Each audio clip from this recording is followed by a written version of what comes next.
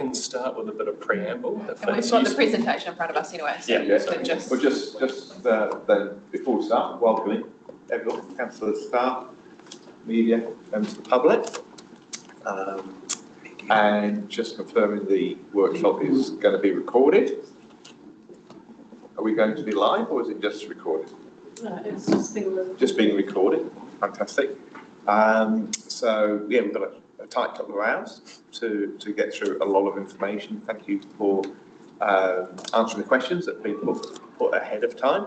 I'm sure there'll be more that come out as we go, and yeah, just mindful that we try to get through what we can in the time available. So yep, great, thank you. So just a really quick introduction from me. I wanted to introduce you to Scott Patterson. So Scott has joined, filling the big shoes left by Andrew Hill, who you're familiar with. So Scott's done a stellar job coming up to speed with a pretty complex topic in a short period of time. So Scott's an embedded consultant within the organisation. So he works for the Building Intelligence Group, TBIG. Purpose of today is really to build on the workshop that was held in December to make sure we've got a full understanding and opportunity for Q&A. The material is based on the questions we heard from that session and follow-up inquiries from councillors. Ultimately, the goal is to support the elected members making a decision in the March meeting. Just some context, every day we've got about 14,000 cubic metres going through that plant. We've invested significantly in, and we have capacity in that facility out past 2040. We're currently discharging to the Shotover River as part of the emergency response that occurred in March, and there is a short-term consent working through its process with the Environment Court following the direct referral, and mediation is the next step, and that's likely to be set down for somewhere in late April, but dates are still to be confirmed. And there is also an enforcement order in place associated with this topic, and that is compelling the council to apply for a consent for a long-term solution by the end of May this year, and having a permanent solution in by the end of 2030. So I guess being cognizant of all these things, establishing agreement promptly on the way forward is really important, so that we can comply with the dates set out by the Environment Court and also have some certainty around our infrastructure planning. And without any more prattling from me, I'll hand over to Scott to take us through the substantive content. Excellent. I think we just pick up the presentation online, or yeah. Yep. So go to the file to the bottom. Yep. Where do we head? Where do we head to, Jane? It's Jay. She had you. Jay, I'm going to if you want to start, I can drive. If you want to start talking, Scott.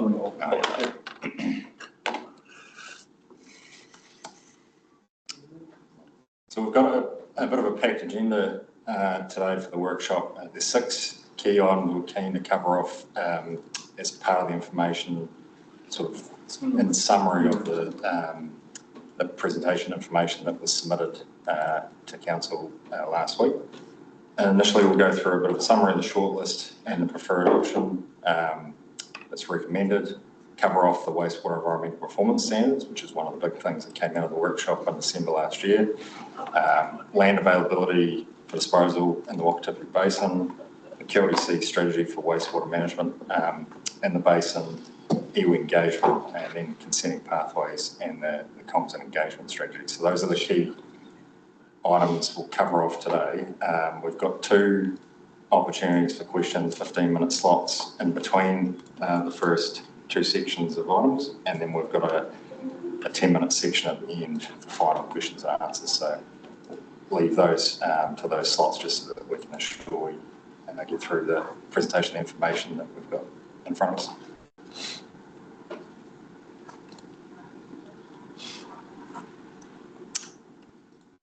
Excellent. So for a section around the summary of the shortlist options, I guess this slide is the revisit around the population forecast and treated wastewater volumes that are anticipated over the next 35 years out to 2060. So you can see there that the average population connections peaks at 95,000 in 2060, and the peak day population is sitting at 141,000, which is almost a doubling of the current populations from 2025 through to 2060. And that ultimately results in a significant amount of additional wastewater that influence the district's wastewater infrastructure has to deal with and process.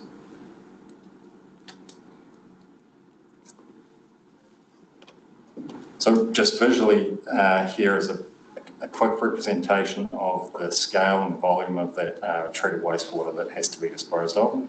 So at the moment, with the current average dry weather flows, we're looking at 5 Olympic swimming pools per day, so 12.5 million litres per day that has to be discharged, and that present is discharged into the Shotover. 2060's average dry weather flows increases out to 26 million litres, and that's 10.5 Olympic swimming pools per day. And then our 2060 peak weather flows increases to 60 million litres a day. So that's really the basis for the options and what we need to deal with in terms of those volumes. Is now the time to ask questions around assumptions around that, or are we waiting until the end? Sorry, I may have missed something. I think you would like to wait to end. Yeah, the that's session. fine. Sorry, I was We not have listening properly. a 15-minute section. Yep. So those wastewater volumes here, as you can see in the table on the left, are in comparison to what we're looking at in respect of the Karo flow rate. So there is an error on the slide, just to be conscious of. The percentages down the far right table should be 0.067, 0.14 and 0.32. There's just been a bit of an error there just with the decimals, but as you can see, the daily flows that we're looking at will represent less than 1% of the total average flow in the Kawerau River, including the wet weather peak flow forecast in 2060.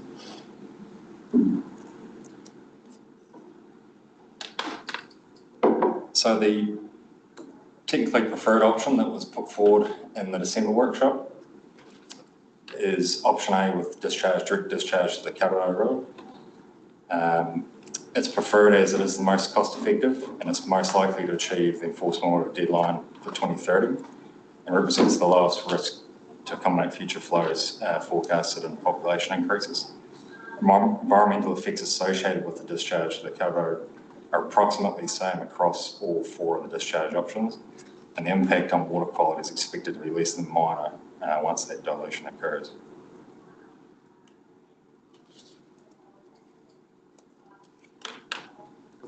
So summarising the 4 options that we're presenting, you can see here in blue in the December workshop, where option A, land flow path to the Kawerau, option B was the subsurface wetland with discharge to the Kawerau, and then option C and D was the hybrid of the soakholes and the well injections to the Franklin Flats, but supplemented by discharge to the Kawerau River to meet the 2060 wastewater flows.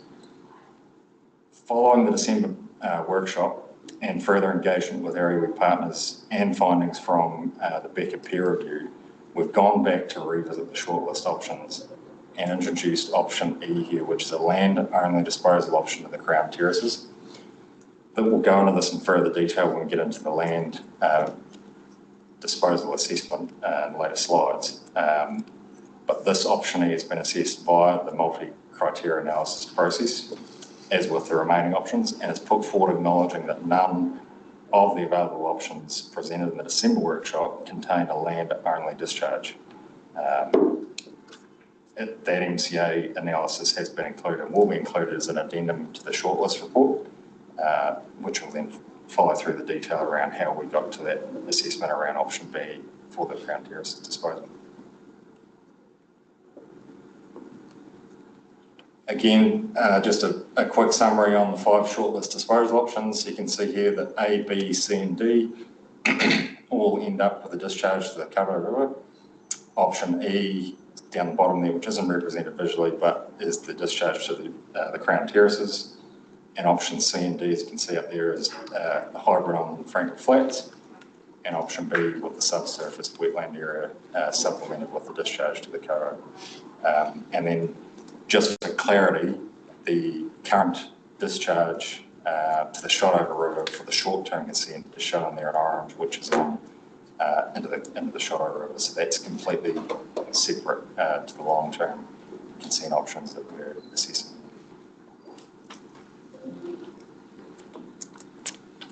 So cost, this was discussed in the December workshop, and we've undertaken further work to refine those based on the investigations and analysis we've done over the last couple of months. The cost, and preliminary costs and net present value remain substantially as they were outlined in the December workshop.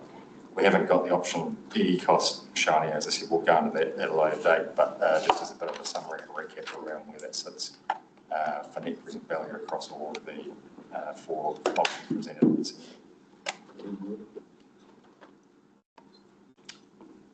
Now we get on to the exciting stuff, which is the wastewater environmental performance standards. So what we've outlined here is the extent of the environmental assessments we've undertaken to date and the information that we've got. A lot of that information surrounds monitoring that's been undertaken as part of the short-term consent and as part of the enforcement order. And a lot of that also covers off a detailed understanding of the treated wastewater discharge results from the Shotover wastewater treatment plant. What we're looking to finalise once the recommendation is endorsed and prior to the consent application is a number of environmental assessments to determine where things sit in respect of wastewater environmental performance standards and other requirements depending on where they sit. That includes ecological assessments, hydrological investigation assessments, water quality assessments, and the quantitative microbial risk assessment. So that's all work that we've got underway at present and will support any of the options that we've got outlined in terms of the effects-based assessment that we need for the consent application. So that's work we're undertaking at the moment to finalise and get everything confirmed in terms of that information.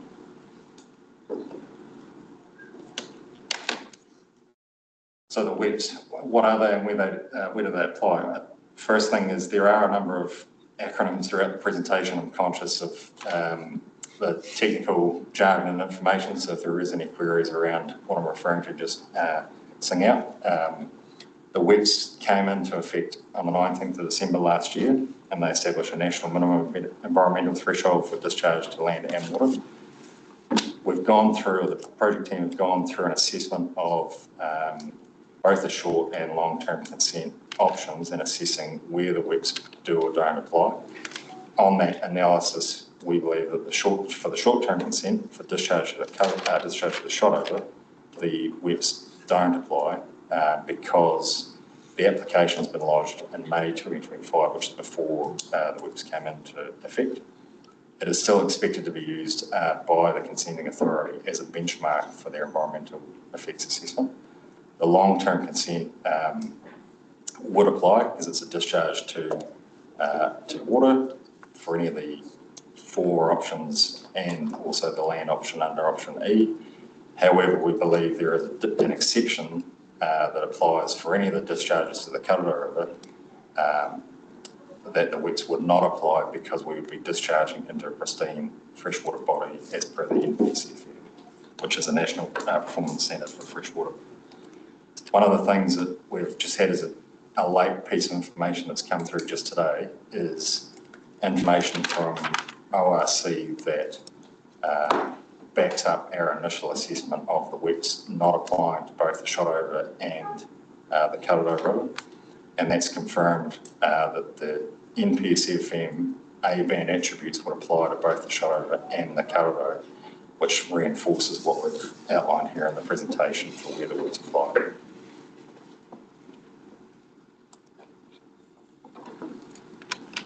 So if the WEPs don't apply, what's required, where we end up in terms of prescribed limits is the territorial authority, ORC, will determine what those limits are based on the environmental effects-based assessment. The WEPs will still end up, as I said before, for the short-term consent, providing a benchmark that they'll use to assess the consent, but ultimately it will form up to the ORC in terms of the consent application and what those limits would apply for discharge into the cover. There is, if the WEPs don't apply and if an effects-based assessment is submitted, then more stringent conditions can be applied by the TA if the WEPs don't apply, particularly in regards to mixing requirements in the outfall solution. And that's something we'll get on to in a bit further detail for the slide. So two of the key areas for discharge of water under the WEPs is the river dilution category and the purified and risk category. In the assessments we've undertaken, we believe that the river dilution category will sit somewhere in the moderate category for the Kawerau River, and the purified and risk category will sit in the low risk category. And again, as I said before, with the information we've just had today from ORC, it's indicating that that aligns with our thinking in terms of where they expect this to sit. Their commentary was that there's been no historical purified issues in the Kawerau River, and that's, again, what, as we've assessed here and where we think this will end up.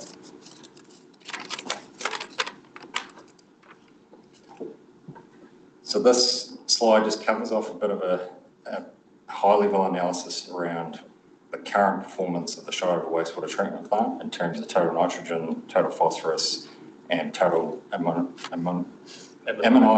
nitrogen.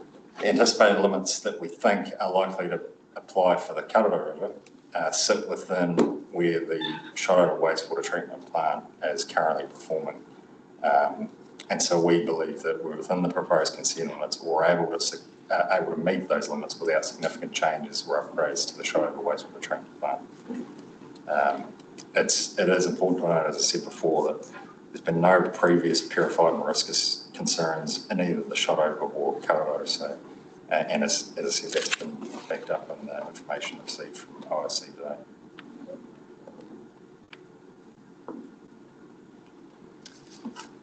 One of the questions that came out of the workshop in December was around what enhanced treatment options are available for the Shire wastewater treatment plant. So within the current scope for all options, we've got tertiary filters upgrade, which are upstream of existing UVs, and that's included within the CapEx cost, as said, for each of the shortlisted options.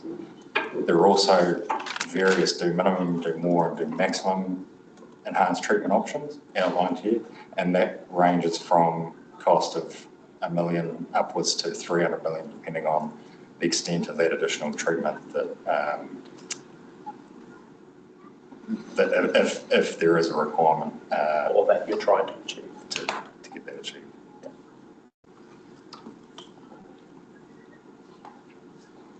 As part of the WEPs impact assessment, there's also, as I said before, around where we see the dilution category and where that sits. Part of that dilution category and the results around dilution hinge on the outfall into the Kawerau River for the water discharge. And there are two options we've considered. One is a rock outfall structure that is effectively a rock channel extending from the discharge conveyance into the Kawerau River. And here is roughly where that would sit in respect of the riverbank itself on the true right, and as well as a bit of a CGI around what that might look like in that environment. And again, this is an aerial image that the team put together around what that might look like in the Shire of Delta. The second option that is being assessed is the option for a diffuser in the Kawerau River itself. With the diffuser, this provides additional dilution over and beyond what the rock outfall can provide, because it's buried in the Kawerau River itself in the riverbed and discharges directly into the stream flow rather than as the rock outfall would be into the riverbank. Just for bearing submerged rather than buried. Submerged, correct. So our recommendation that we're putting forward is to include the rock outfall within the options assessment for the discharge to the Kawerau. That's on the basis of a number of factors in terms of ease of construction, ease of maintenance, as well as some of the costs and OpEx costs associated with its construction. There is the ability to, as part of the consenting process, if we assess that we've got a dilution concern that we need to address, to go back and revisit the diffuser option with council's decision if that is required and is needed as part of the consent. But our recommendation at this stage is the rock cut.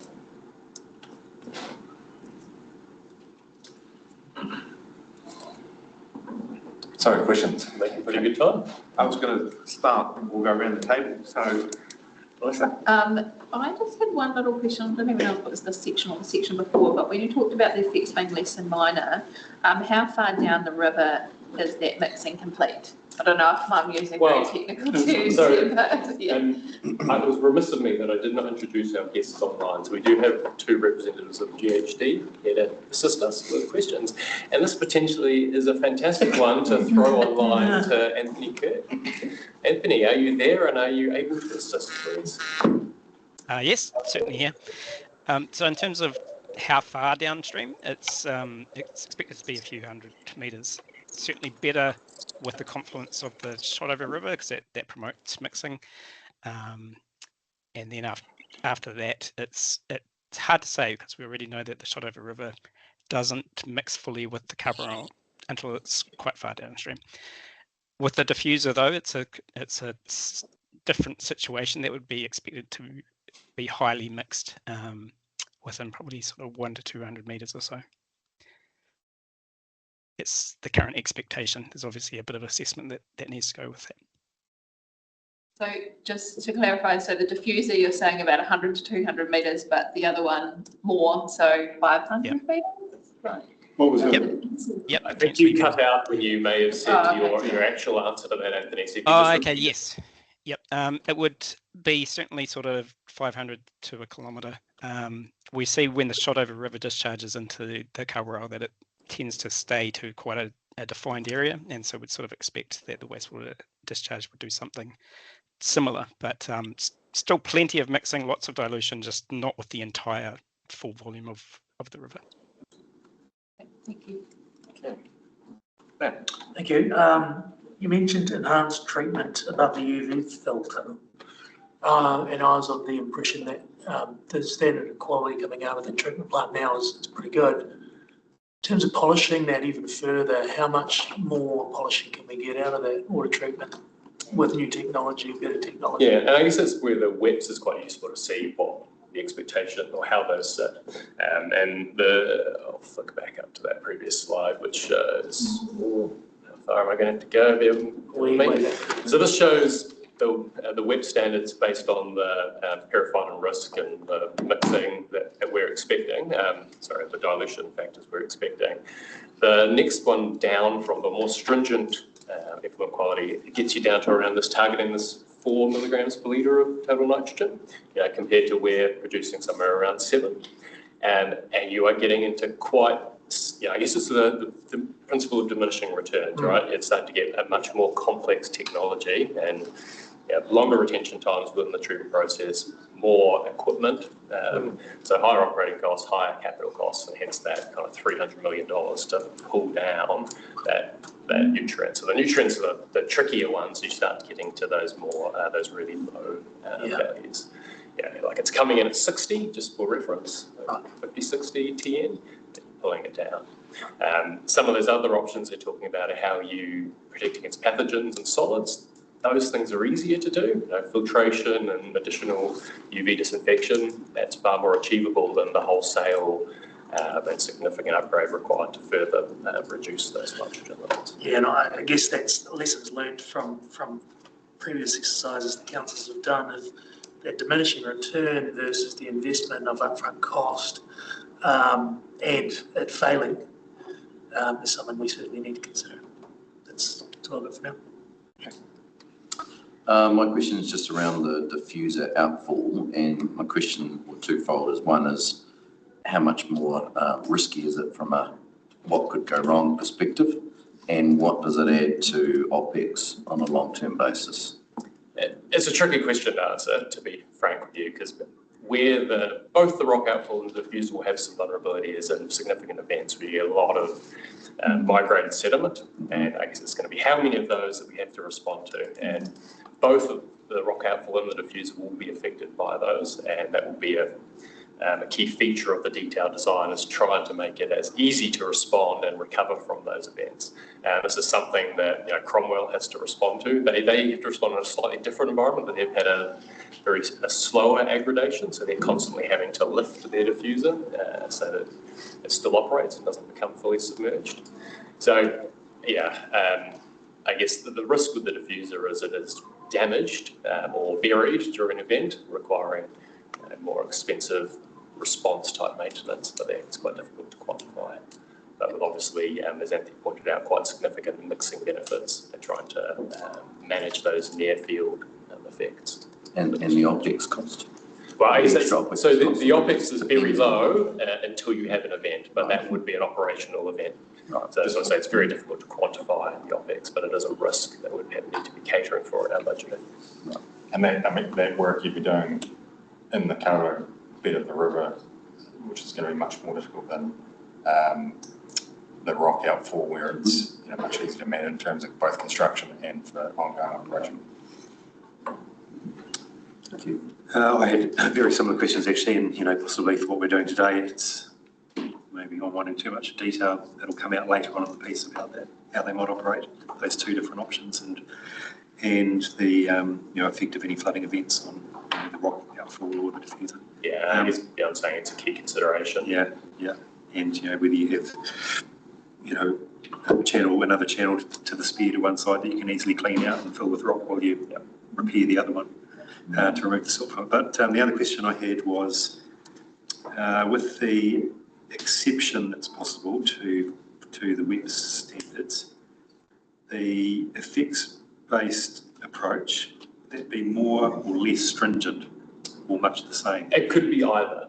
I guess you are looking at the specific environment and how it's responding to the discharge. But the regional council could apply stricter effluent qualities if that's what the environment is, that's what the assessment shows.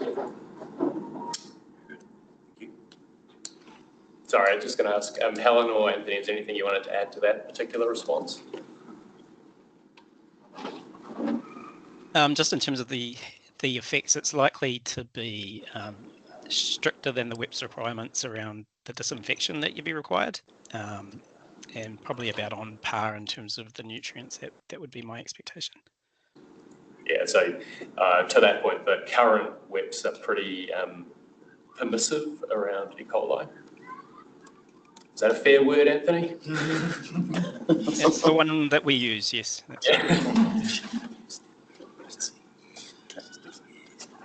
I'll come back.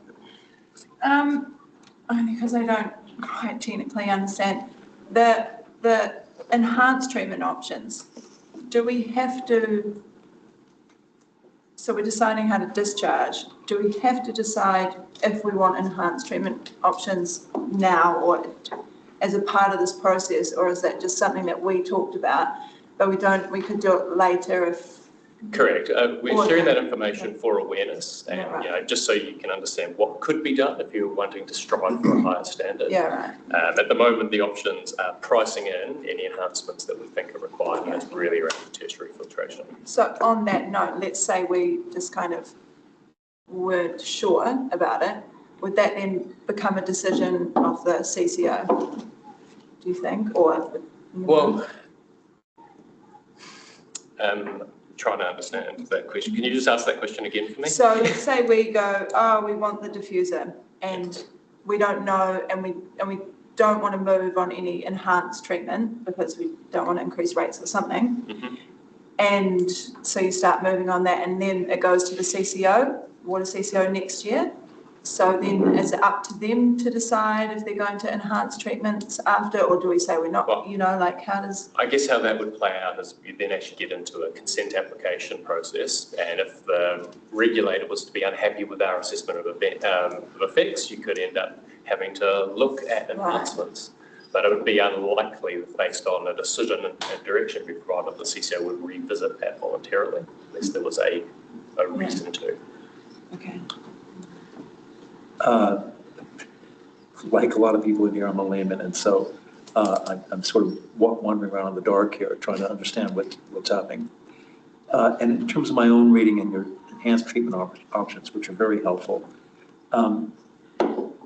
I think that what I know as reverse osmosis is referred to in here, but under a different name. Is that correct? No, so we haven't put an enhanced treatment option to get effectively to drinking water. That would be RO, that would be the next step, and that would be significantly more than $300 million to improve the TN down to 4. Right, but there are different levels of reverse osmosis. There's the cheapy version and the more expensive version. There's the dual and single membrane stuff, which gets it very, very clean, but not to a regulated potable water, and which is also cheaper, correct? And you put that upstream of the UV? And Anthony and Helen, you can jump in here to help me at any point, but I think you start talking about maybe not so much RO, and you're talking more about membrane filtration. Yeah, this is where... Yeah, and yes, we've priced up, and it was kind of $30-odd million to add membrane filtration on the back. But the important thing to think about is what are you trying to achieve through doing that? Is the risk around solids, or is the risk around the nutrients? And focusing your effort in the right spot. And what did you come up with? Well, so I guess we've put that option forward. We've suggested that tertiary filters are more than enough, are enough as a barrier, a physical barrier against solids, and it's going to get you down to that less than 5 milligrams per litre and close to 1 a lot of the time for solids, whereas membrane's going to basically guarantee you a less than 1 milligram per litre solids, but you're not getting any real nutrient bang for buck there. And the environment, its ability to receive those microscopic solids isn't actually the effect that we're concerned about. The effect to be more concerned about is what does the ammonia and the nitrogen and the phosphorus do. So I guess what I'm searching for, and I don't have an answer, and maybe you don't have an answer either, is there any cheap, high bang for the buck filtration system upstream of the UV filters? Well, I guess that's the tertiary filters that we're recommending as part of the options across all 4, 5 currently. Yep. Helen or Anthony? Oh, sorry, Tony. I was just saying, what you've got before you, to go back up, so is their current proposal will meet those standards. The addition of a tertiary filter will provide a bit more coverage, everything else. So the advice on it is that we believe we can get a consent for this with those parameters, subject to the consenting process. Anything else on top of that would be an enhancement to that, but with an added cost. So it's what's the benefit in terms of that environmental effect or effect on the environment for that additional expenditure. So how, with the tertiary filters, how much cleaner would the water be with those than we currently get under the 150 litres a second that are being discharged in the shower? Well, I guess, so currently we sit somewhere around 6 to 10 TSS. The plant is operating normally, and yeah, I guess it would push you down to less than 5. These are quite small differences when it is very clean currently. If you're looking at the discharge when we had the pond stream in it, it would make a far more significant difference.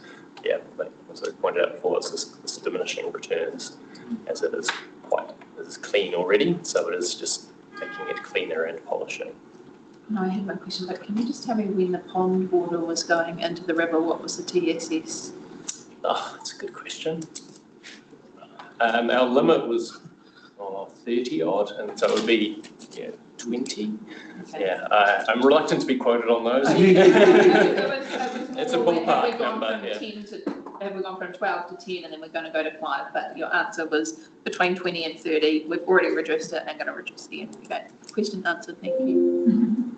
Cool. So 2 groups of questions. Hopefully, I'll keep them brief. So going along from what Q was asking, so if perhaps for a longer term solution, which is, I think, possibly if we were going to be able to meet Mana Whenua interests and concerns. That would be removing this from going to the river entirely and going to land. So in looking at those solutions elsewhere where there are nutrients extracted and then used as fertiliser, have you looked at the value of that? Would that help to cover some of the costs, or is it not included in it? Yeah, so I guess where there's value in the nutrients from the wastewater process for agriculture or whatever, it's the sludge stream. Right. Yeah, that's the solids.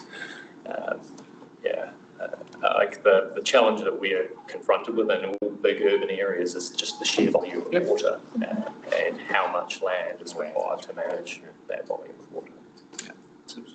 So then bring it back to a more contemporary context then. I see in here there's been some conversations with some of the river users. What would the impact of this be on direct water users like the boogie boarders and the rafters downstream, which start not far downstream? Yeah, I guess that follows on to Anthony's point. So the more effectively you can mix, the shorter you can have that mixing zone, the less potential effects there are. And I guess that's also where there's value in considering the enhancements around additional UV. So that's where you can further zap the pathogens and have absolute confidence that there is nothing there, and you're further bringing that risk down. But the QMRA is going to be a really useful piece of information around that as well, just to understand that risk profile. Explain QMRA. Quantitative microbial risk analysis. If that helps. Yeah, it does. Yeah, very much. Thank you. I need the answer as well.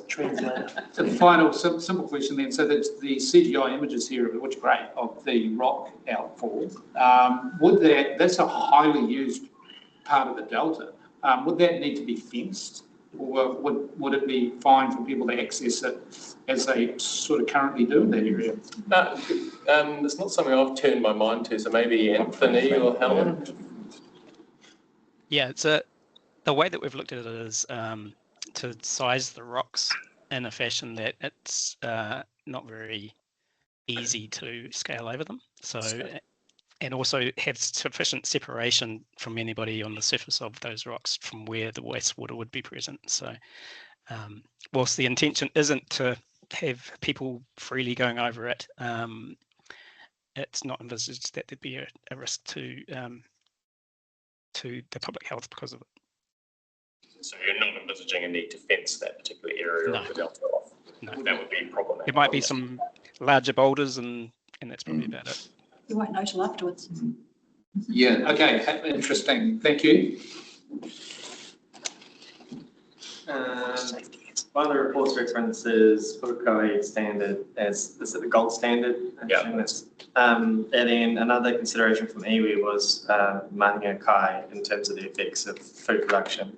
The carbon alum dosing is an extra $1 million. Was there a reason why I didn't consider it, considering, I guess, is that going to make a difference to fish life? And is that, given that, for context, Pukekohe standard was, from my understanding, good enough to spread on crops that you can grow food with in human consumption.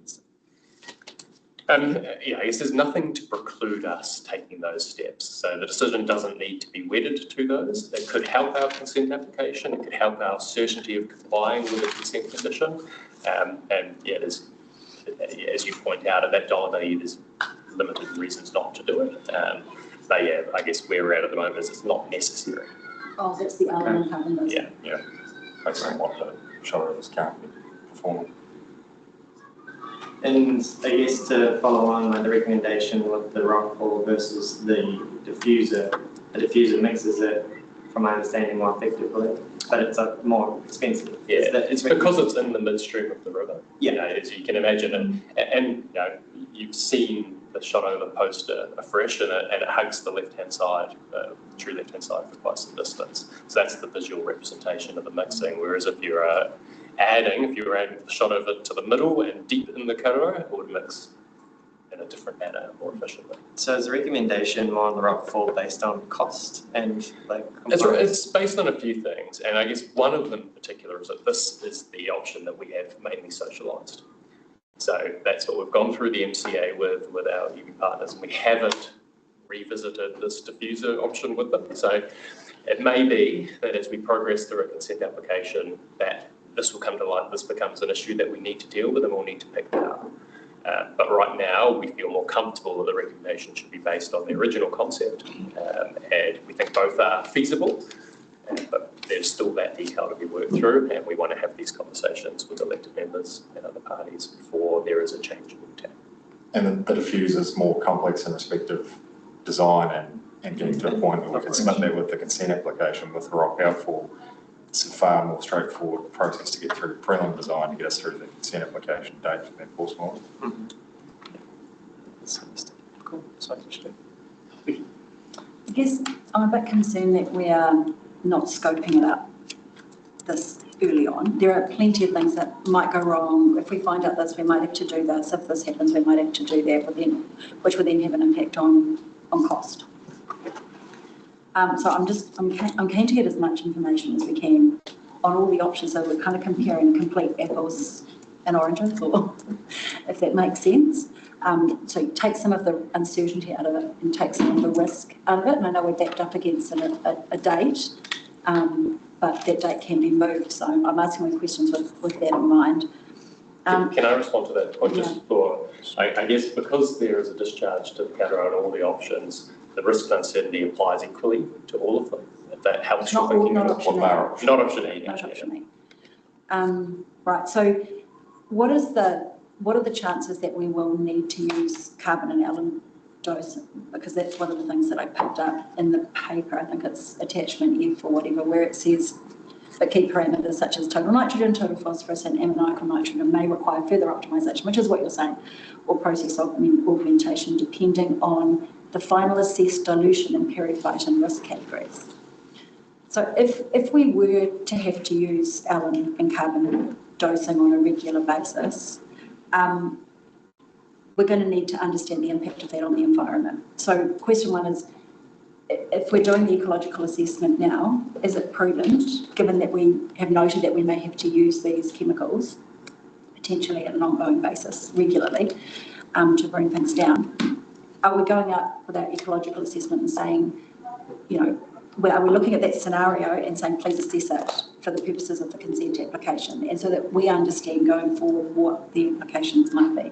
So just to get my mind around this, is your concern around the effect of those chemicals on the environment? Yeah, my concern is also around the consenting, that if we're going to assess their ecological impacts, because we're doing that, I understand next month we're going out and doing our ecological assessments. It's ongoing. It's ongoing. Yeah, so should we be putting in front of the court, if we did direct referral, should we have that information available? Right.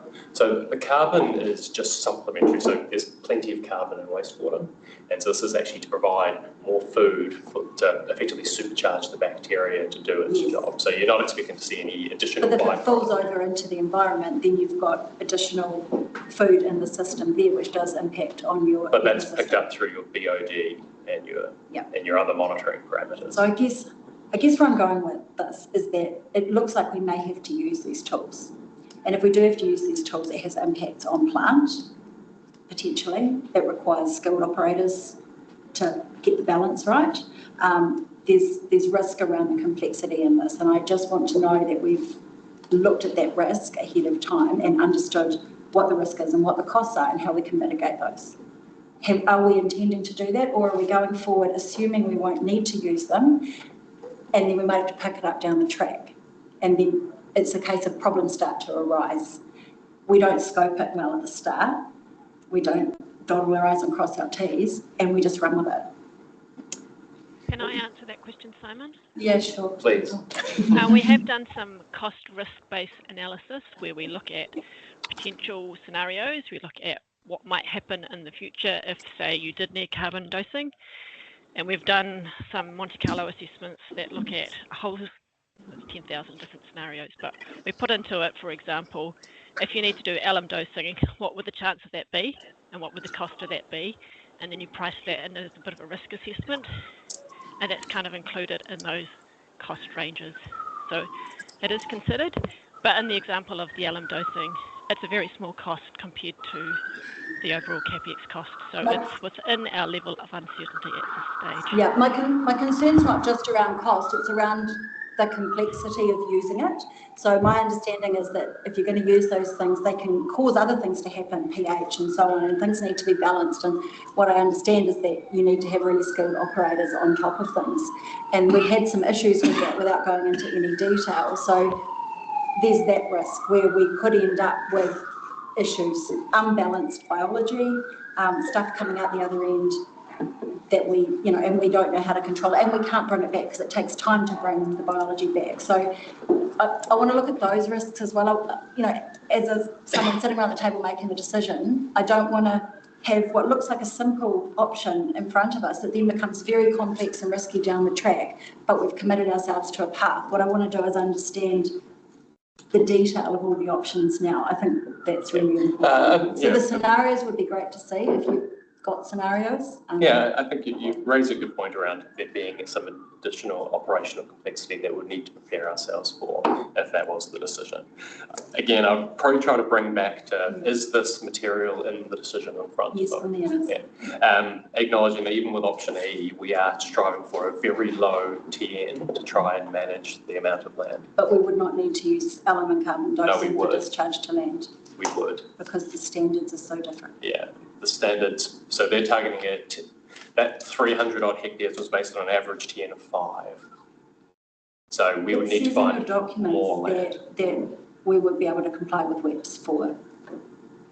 Yeah, we can comply with the WEPs, but it's the assessment for the size of the land has been based on an average concentration of TN of 5 milligrams per litre, which is slightly better than we're currently doing. So we would be pulling out the stops to bring that performance down. Otherwise, we'd need to go and seek more land, and that price would go up again.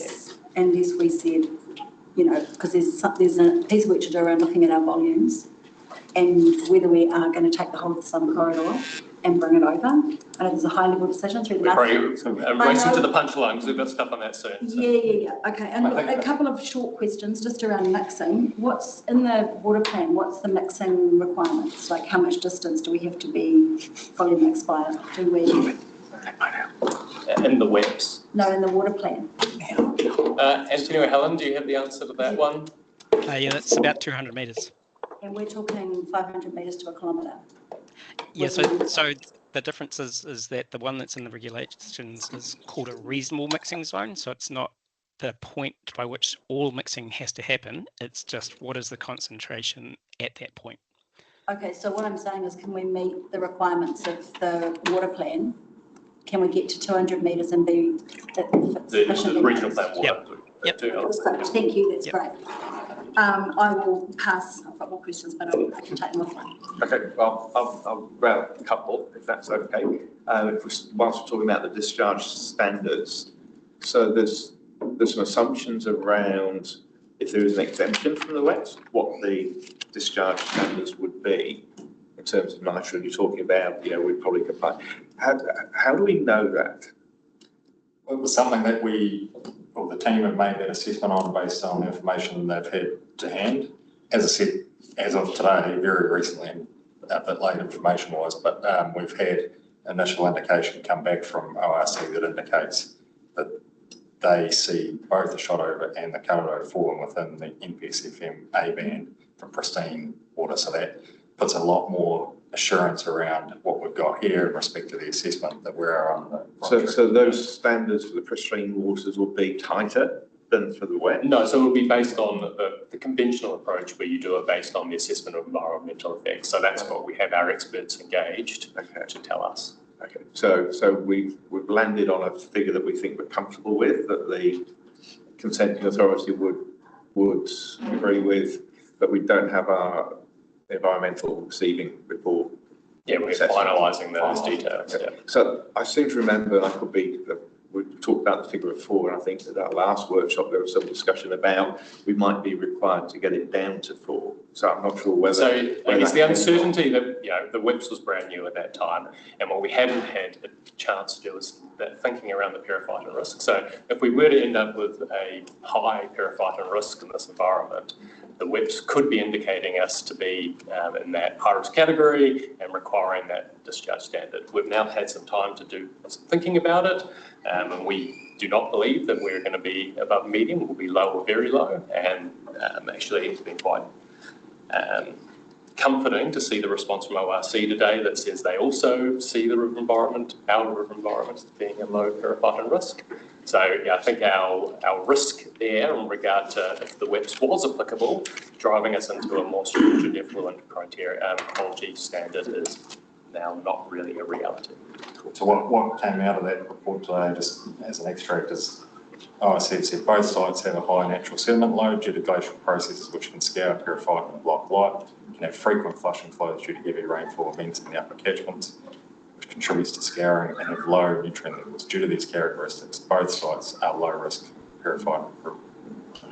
And noting your comments that, you know, the receiving environment is a common to all options. It's common to all options. What are the risks or consequences that could come out in terms of once we've got the receiving environment report? What might that affect? I'd probably throw to Anthony at this point. I think it'd be good to hear from our expert.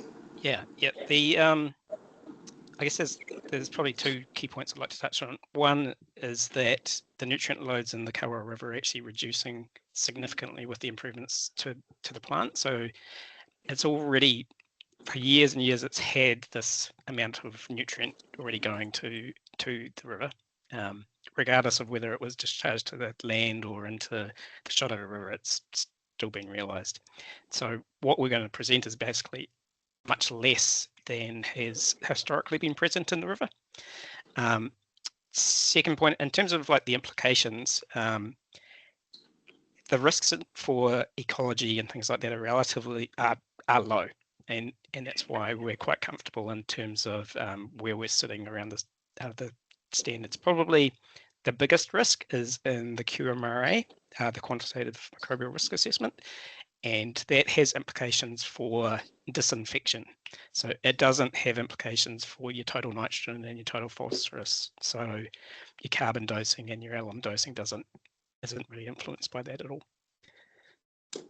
Cool, thank you. And I've got a question that Simon has been trying to get the head around water flows and volumes. Are you able to go back to number 5, slide number 5? And I appreciate these are totals that relate to long-term projections. And so where it says at the bottom, the scale of treated wastewater that it must dispose of every day. Do we mean every day, or is that on a single day in a year? So is this what we're sizing everything for a maximum flow on a particular day, or is this right? You're talking about the 60 million litres. So that is the basis of science we need to manage the instantaneous flows on a daily basis. So it's a peak flow. Peak wet weather flow. Yeah, okay. So, because I've asked, and again, apologies if I'm coming across this wrong way. So we have a peak dry weather flow and a peak wet weather flow, which is double. I'm still trying to understand why we have twice as much coming down. And now you've explained to me by email that we sort of talk about peaking factors. Now, peaking factors are, as I understand it, normally a daily peak. It might be there's a rush hour, it might be a public holiday or whatever. So you might get some short-term peaks that you need to engineer for. I totally understand why you would. But what I don't see is whether that doubling of a dry weather flow to a wet weather flow means that is a total volume across a year. Well, I guess it's not a total volume across a year, but we have to be able to manage those flows coming in. So it's not 60 million litres per day, every day of the year. But any given day, one needs on to any go. given day. Yes. But then you could. So I think if we were looking at, and the reason I'm asking this question, because as you know, we work in averages. We have working averages across our nitrogen. We work in averages across our what we put to land based on a rolling annual mean. So for the land, and you'll come to talk about option E and the land area, is that being based on 60 million litres a day every day, or is that on on what the total nitrogen that comes out of 60 million? Again, I'm delighted to be able to defer this one to the Isle team who have done the conceptual design for option E. Yep. So for option E, we've accommodated to that 60 million litres per day as an instantaneous hydraulic loading rate. So it's only on a per day in the instant can it achieve that. It's not used for the average calculation, for instance, for your nitrogen loading or your phosphorus loading. For that, we just use the 2060 average dry weather flow. Okay, so you use that 2060 average dry weather flow to get the total nitrogen, which then at the applicable dosing rate would give you the land area. Keeping in mind that land area may be constrained by not only by the nitrogen loading, but it could also be constrained by the hydraulic loading, what it can achieve instantaneously. Yep. No, thank you for that. And I see it's referred to in the infrastructure strategy further down where we've talked about the different pathways of do we do local, do we stick with as is? Where do those decision points around that strategy impact the decision making that councillors are expected to be signing off in March? Is it all right if we park that until we finish the slide? Yeah, because we're going to invite Helen up to the table. Okay, thanks. Strategy perspective. Right, move back to the excellent.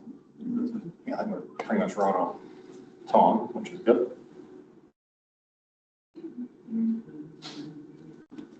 So next section, that is a good segue into the land availability assessment for disposal in the Wakaturi Basin. So this is, again, part of the shortlist options that were presented in December and assessing, spatially assessing the land availability for disposal within the basin. So you can see on this slide the assessment that was undertaken that indicates that across various portions of land, and all of these are within 25-kilometre radius of the wastewater treatment plant, where they sit in terms of constraint scores for both distance conveyance, the land infiltration, etc., that would be determined suitable for a disposal option. So again, that highlights, as you can see there, that the Franklin Flats is a key area that in terms of where those constraints in the scoring sits. And then you can see also in the light blue up to the right there with the Crown Terraces, which is, as we've said, option E, most suitable land only disposal location.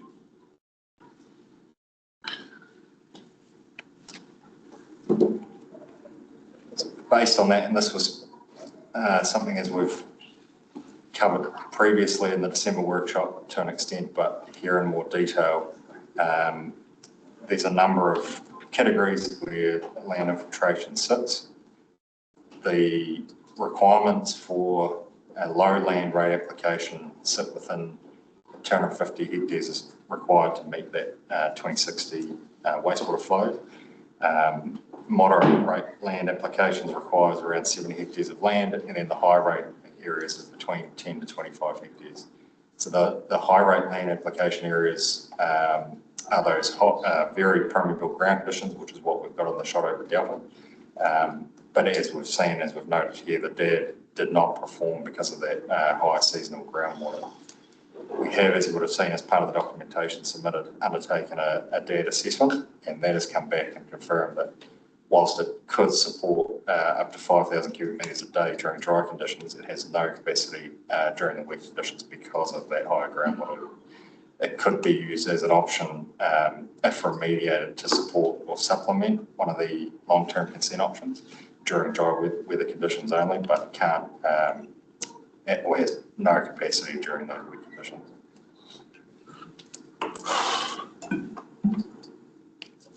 So this gets us on to the inclusion of option E within the shortlist. The long list option multi-criteria analysis included conveyance and infrastructure operations costs related to distance and change in elevation from the Shotoga wastewater treatment plant. Crown Range was initially excluded from the long list due to its location outside the immediate Wakatipu Basin, was considered high capital and operational cost because of that long distance conveyance. However, as indicated before, looking at a land-only disposal option within the shortlist, it does represent technically the most suitable land-only option for disposal where there's a contiguous land parcel and where it exists. So just some of the details summarised here for option E. So the team believe it sits within the low to moderate rate infiltration, as we've highlighted before, which requires in the order of 240 hectares of land for that irrigation. And you can see there the total nitrogen and total phosphorus criteria for what that application rate is per year across that land. The conveyance distance is a significant factor, given we've got more than 15 kilometres of pipeline required, 700 millimetre diameter pipeline likely needed to get up into the Crown Terraces, plus a number of pump stations. And you can see there even just the extent of 40 to 50 hectares that are required associated with buffers and additional infrastructure to support irrigation on the Crown Terraces. I guess a quick question. It's a higher altitude as well, land freezing. Is that considered like the seasonality of land-based disposal at that site? That's a good question. I think Anthony's probably best placed to answer that one. Yep. So this is primarily based on a trench system. So we'd be trenching beneath that zone, which sees freeze. We would typically expect also that the addition of wastewater provides some warming to soils as well. So it's all year round operation.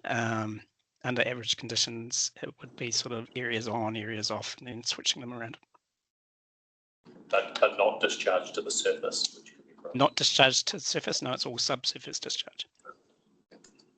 That makes sense.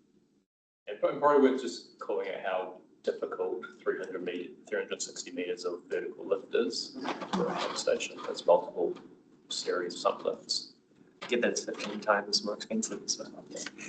Can we ask, are we doing question session at the end of this? Yeah. Okay. Which isn't far away. That's fine. I was just checking. Right, next section just around the cost. So this has been a difficult option in terms of assessing costs, and a big part of it, as you can see there, is surrounding primarily the conveyance and the land cost. There's a substantial acquisition of land that would be required for option E, obviously, and the time that would be required for that acquisition process would be significant as well. The costs are in the order of 550 to 650 million. That's again based on a P50 to P90 cost estimate range. And again, when you've got that quantity of wastewater that you're pumping up to that elevation, there's a significant operating cost associated with that as well, as you can see here, which impacts the net present value. So pump stations, running those pump stations, etc., the irrigation is all substantial in respect to that cost. There's also, with this option, the time that would be required around those land acquisitions, around the design, consenting, would likely extend us past the current enforcement order deadline for 2030. So there may be, we end up in a position where if option E was selected as the preferred option, where the short-term consent gets us out to 2030, but the long-term consent for a land disposal option is beyond that. So there would need to be an intervening period in which a disposal to the Katoa River would likely be required anyway. So just to keep that in mind as part of this option and the assessment. Must be quite light on legal costs too, isn't it? Likely.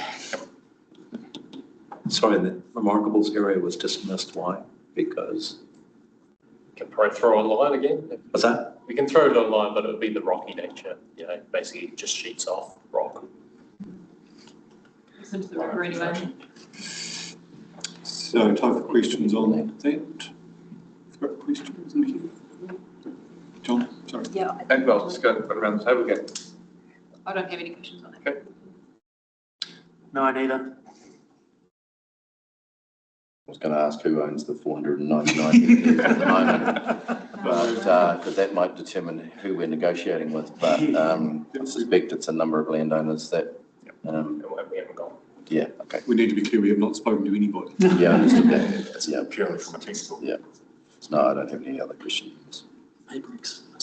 So obviously there's options there for land ownership or leasing. What can the land still be used for farming if it's got treated effluent being applied to it? There will be certain activities, Anthony, I'll probably defer to you again as to what activities would be appropriate on the land. Yeah, that's right. There is a particular requirement around public access in terms of the level of disinfection, but it would not be typical to have any sort of food generation associated with a land disposal field.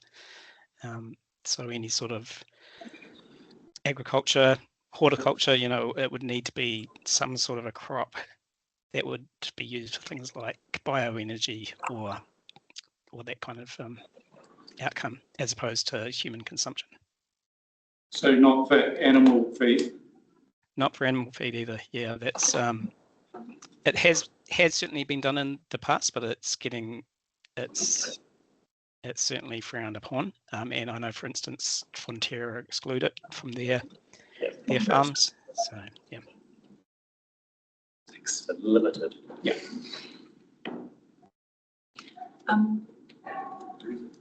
Questions? No. Questions?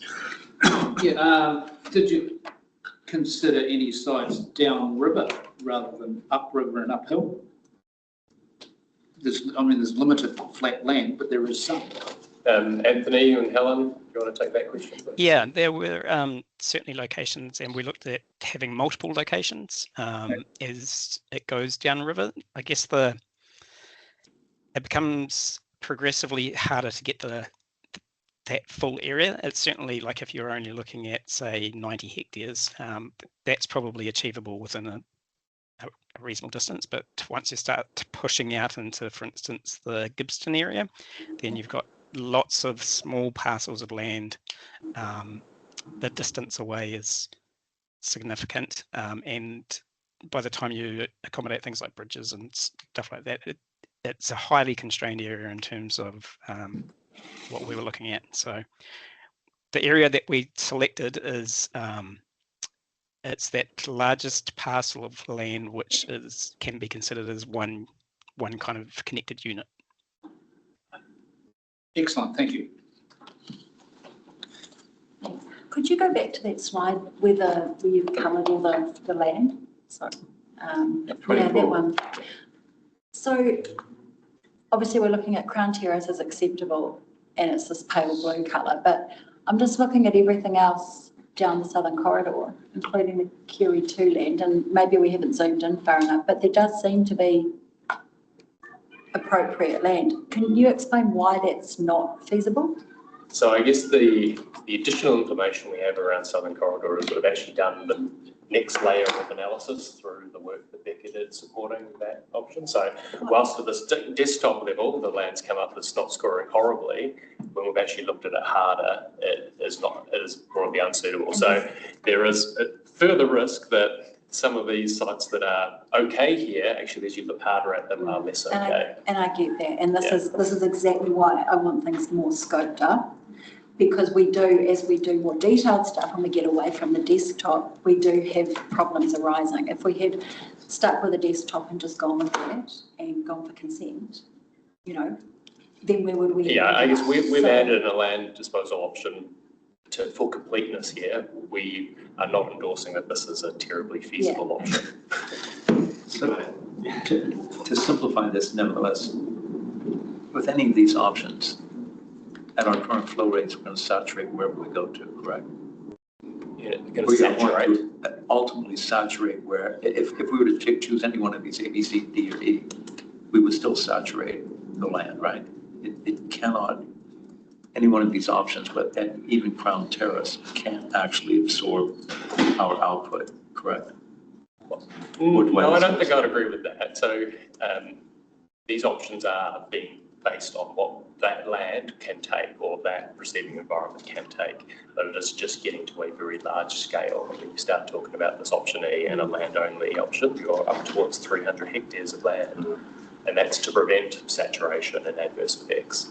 But yeah, if this was to be the preferred direction, we'd need to do an extensive amount of work to actually find out what's the suitability, what's the actual receiving capability of that land from a hydraulic perspective, even if it is consented under the WEPs, because it wouldn't be. But we have to apply for consent. This is the thing, is we're coming up against a deadline to have. And not for option E. No, but if option E is a reasonable, you put it on the table for us to have a think about. And in certain circumstances, it does become viable, because if the volumes decrease, then things change, land can take more.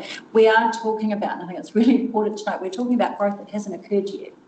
We are catering for future growth, and we're knowingly growing and choosing an option that we have to choose if we're going to grow. There's a big strategic question in there about what is our water worth, what's the value of it, what are the risks worth taking for those downstream. And, I'm just struggling with the extent to which we understand the implications of the option that's preferred and that's being pushed. We're going to be asked to make a decision before we engage with the community, before we have an ecological assessment in front of us. I'm just, as a decision maker, I just want to make sure that I have dotted my I's and crossed my T's. I understand all the risks going forward, because we know what happens when you don't. We've lived through that for the last 5 years or so. So we need to take the time to get this right. I don't want to have to make a decision when I don't have all the information. And haven't considered the strategic options, because we are making an assumption that we're just going to grow. But meanwhile, what we see down Southern Corridor is developers going ahead, sorting out their own discharges to land.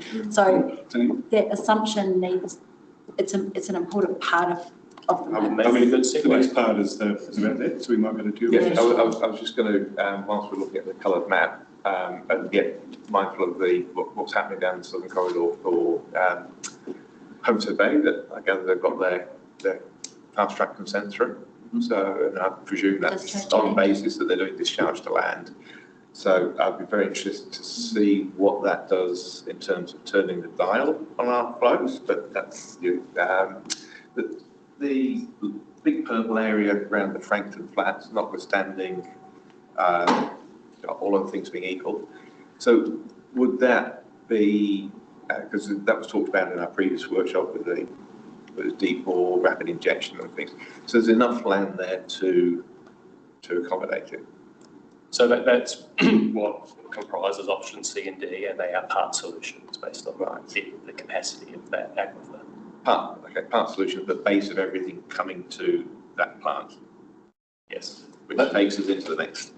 Yeah, that's very different to option E. Yes, I appreciate that. Yep.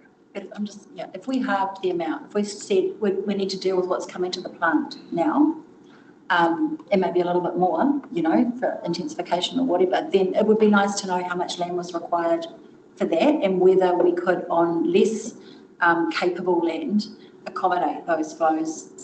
These are scenarios. Maybe it's time to move on to the next session. So the only thing I would say is that the planning around this is around ensuring the long-term option for wastewater treatment in the Waikato Basin.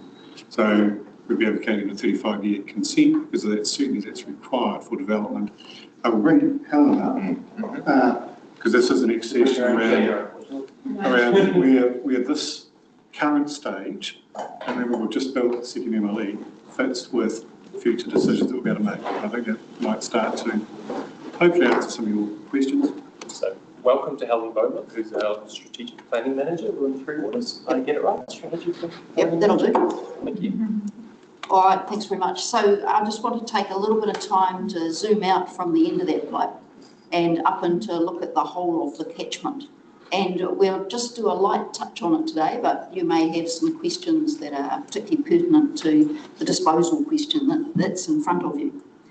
So our long-term strategies for Three Waters infrastructure are closely linked to the growth strategy and spatial plan. So that is what we're planning for here. So growth is the biggest driver, and a lot of other towns and cities, renewals and replacing old infrastructure is the biggest driver of their plans, but for us, it's growth. So it's good to understand the difference here in Queenstown. And there's been considerable discussion around this table already about centralised and decentralised options, and so that we've created a concept for adaptive pathways, and the Mayor did make a point about what is in our LTP and what is in our infrastructure strategy. So in our LTP, we have our current core pathway or preferred pathway, and that's shown in green on your screen on the PowerPoint there. But our infrastructure strategy itself encourages us to look at adaptive planning methods and stay agile and be able to take other tracks when that makes sense. So, so we have both, if you like. So we have a core pathway that is centralised ongoing expansion at the Shotover plant, but there are decision points where we can take alternative pathways. So here we've got a scenario showing in red where we could branch off from a further staged upgrade at Shotover. Just a question. Upgrade stage 3, that is the second developing plant that's just been installed. That's been installed. So stage 4 is the potential for additional treatment somewhere. Yeah, so that's a decision point. So we could either stage that, just the council around what that stage upgrade 3 and what the next one means. Yeah. So that's a decision point. So we could, yeah, go off and have a second medium-sized treatment plant somewhere else in the whole of the Wakatipu catchment. Or we could do that upgrade and branch off at a later point to multiple treatment plants elsewhere. And then it even shows a potential scenario of complete technological transformation, and we'd do something different to what we're doing at Shotover today. But that's likely to be a long way in the future. So we do continue to look at that. And if we move on to the next one, who's driving? Thank you. So this is the spatial plan, and you'll be familiar with this, and it emphasises the point that growth in residents and visitors is our biggest challenge. So we work closely with the spatial planning team, and those significant growth areas that we've been working on are Te Papai, the Southern Corridor, Te Patahi, Ladies Mile, and coming up we're doing the structure plan for Te Kurikuri, Frankton. So all of those catchments come into Shotover. So within our LTP and infrastructure strategy at the moment, we've got the funding for the core pathway with conveyance and centralised treatment at Shotover. And in fact, there's a lot of investment going on right at the moment. The shovel's in the ground to improve that conveyance network to Shotover. And you'll be aware of the CBD to Frankton work that's going on. We're planning some work from the Frankton Beach pump station up to Shotover. And there are some upgrades within the plant itself to make sure that we can cope with those increased loads. So if we move from that on to Te Papai itself.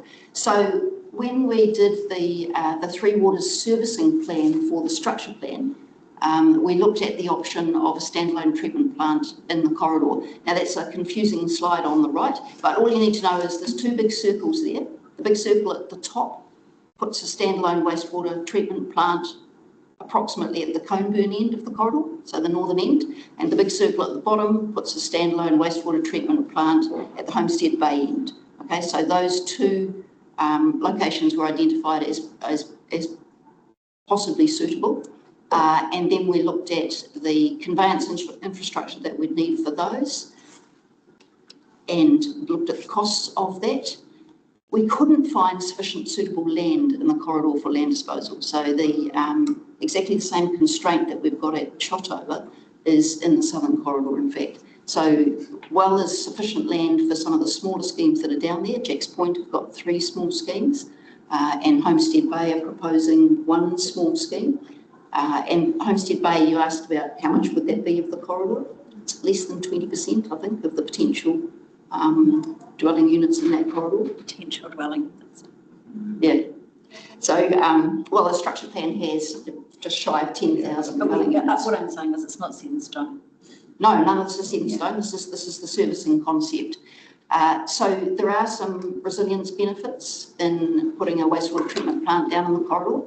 Of course, we don't have raw sewage going across the Kawerau Bridge. And there's also a benefit in that it frees up some capacity at Shotover. So if there's a full build in the southern corridor, that's around 6 million litres per day, which is about 10% of your ultimate build capacity at Shotover. So it's small, but it's not insignificant in terms of the total load to Shotover. On the disadvantages, it's a very high capital cost to build a second wastewater treatment plant. And then we have high operational costs as well because we're duplicating the laboratory, all of the compliance work, and the operators that we need. So coming out of that servicing concept and evaluating the options, the preferred pathway was to pipe to Shotover, and that was largely about the economies of scale of that centralised wastewater treatment option. And we're happy to, questions on that? Can I can we come back to the slide on your flowchart thing? Yeah. So what we've got at the moment with the recent upgrade at Shotover is for capacity out to 2040 something notionally. That's a sort of a sunk cost, and the networks are designed around that. We're applying here for a disposal option that will take us out further than that to give us some resilience and certainty around that. But as we've got here, there can be decisions made, not necessarily today, but in the future, and where we put those future treatment plants and how that might operate. But our fundamentals of needing to get a disposal consent for at least our current flows are still in front of us. And the proposal is to make sure that we get a consent for more than that to cater for that future capacity, should it be needed. So, I've got a couple of questions. So on the graph, you've got staged upgrade 4 to the wastewater treatment plant, but that's looking at 2030. So why is that there, just out of interest? That's when you start your planning and looking at your options. The other question is, who makes the decisions about where these decision points are? I think it should be us because it's strategic. If we're going along the line and we hit a point where we have to make a discharge decision, because all the decision points on here are based around treatment, they're not based around discharge solutions. They're based around treatment solutions. But we are at a juncture here as well, where we're making a decision about a completely different approach to discharge. So it's just more of a governance question around who is deciding where these decision points are and what are they based on. It looks like they're based purely on treatment options, or treatment problems, not on discharge problems. I guess the intention of the slide is conceptual, and that we're trying to show that we are not closed off to pivoting to what is going to generate the best outcomes for the community. These are not true singular decision points that are going to come up. Great, I just wanted to clear that up because we might need to, if we're doing adaptive pathways, and if this is going to become part of our infrastructure strategy, we'll need to dive into what sort of decision points matter to us in the community and where we might diverge. Because for me, I'm thinking here is one. And I just wanted to say, I really respect the fact that the staff are operating based on decisions that we've made in the past. So you're working based on the spatial plan, you're working based on the decision on the master plan for the Southern Corridor, which says if we approve this master plan, it's all going to be discharged to the Shotover wastewater treatment plant, and the disposal solution will be integrated with that. So that's what's increased our volumes. But I do want to sort of, put to the elected members around the table that we've just agreed a master plan. We haven't set that in stone. It's not part of a planning document. We haven't gone through that process. Yes, we have direction from the government, but this is a key point. We're talking about discharging to water forever. We're talking about all the growth of this district into the future, and we're accepting that we can just chuck it in the river. And I know we're going to do our best to make sure we look after it, but past history shows that, we have some serious mistakes. So I just want us to be really open to the fact that all of this is actually, we can go back and redo things. We can rejig things and go, we can't dispose of 60 million cubic metres of water to land. Maybe we need to look at our growth and where we're putting it and how we're going about it. If we don't want to do that, it's not as though this has happened and we have to deal with existing wastewater. We're making a decision about future wastewater. Perhaps a couple of comments. This is about dealing with existing wastewater and the growth that we've seen. the spatial plan and co is trying to manage that, sorry, Richard, through here. We're also trying to manage the future growth that we have predicted through the council's spatial plan and planning documents. One of the things that I agree entirely with you, through a lot of work done around the disposal options for Shillelagh, a lot of work done around disposal options for the southern corridor. Unless there is a significant cost you want to pay, there are very few, if no, true land-based disposal options to cater for the existing or future growth if we're going to treat with wastewater. So if you take what's here, there's been an assessment around how we might be optioneering that, and we know that we're still the fastest growing district, and historically we've not taken full account of the future. So this is what this is trying to do. So very much what you are saying is reflective in what we're seeing here in terms of responding to. What I'm saying is there's hard constraints at some point, and those are decisions for the community and elected members. And if we're getting to the stage where if we're going to grow, we have to chuck it all in the river, then there are decisions to be made around that. It's not inevitable. I don't want us to feel powerless around the table that we are forced into this and it just has to happen. We have to have the guts to actually go, well, okay, do we really want to do this? What if the volumes were less? In that scenario, what would be possible? We have to have those discussions because otherwise we're just being channeled into. At the moment, we're receiving a lot of information, so I think it'll take. Yeah. Thank you. I have a question around the estimates around the cost. What I struggle with is how we relate these back to the impact it will have on rates. And I know this will come later, but I guess as we make these decisions, we're always conscious of the fact that how does this impact an individual ratepayer, and how does option A through to E impact rates? We talk about environmental impacts, which is fair enough. We also need to make sure that we're balancing that with ratepayer impacts. Because as I said, we see some big numbers here, but I don't actually know exactly how that impacts the rates impact, in the next few years. So there was some information shared in the previous workshop around rates impact. Yeah. So they kind of vary between 12% to 50%. Is that with option E?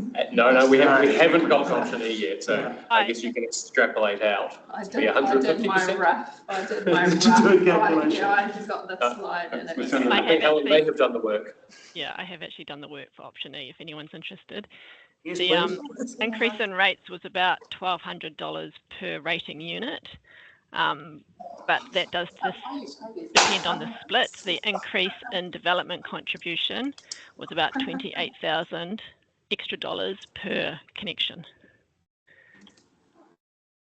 Okay, so talking some large numbers, and I guess big numbers.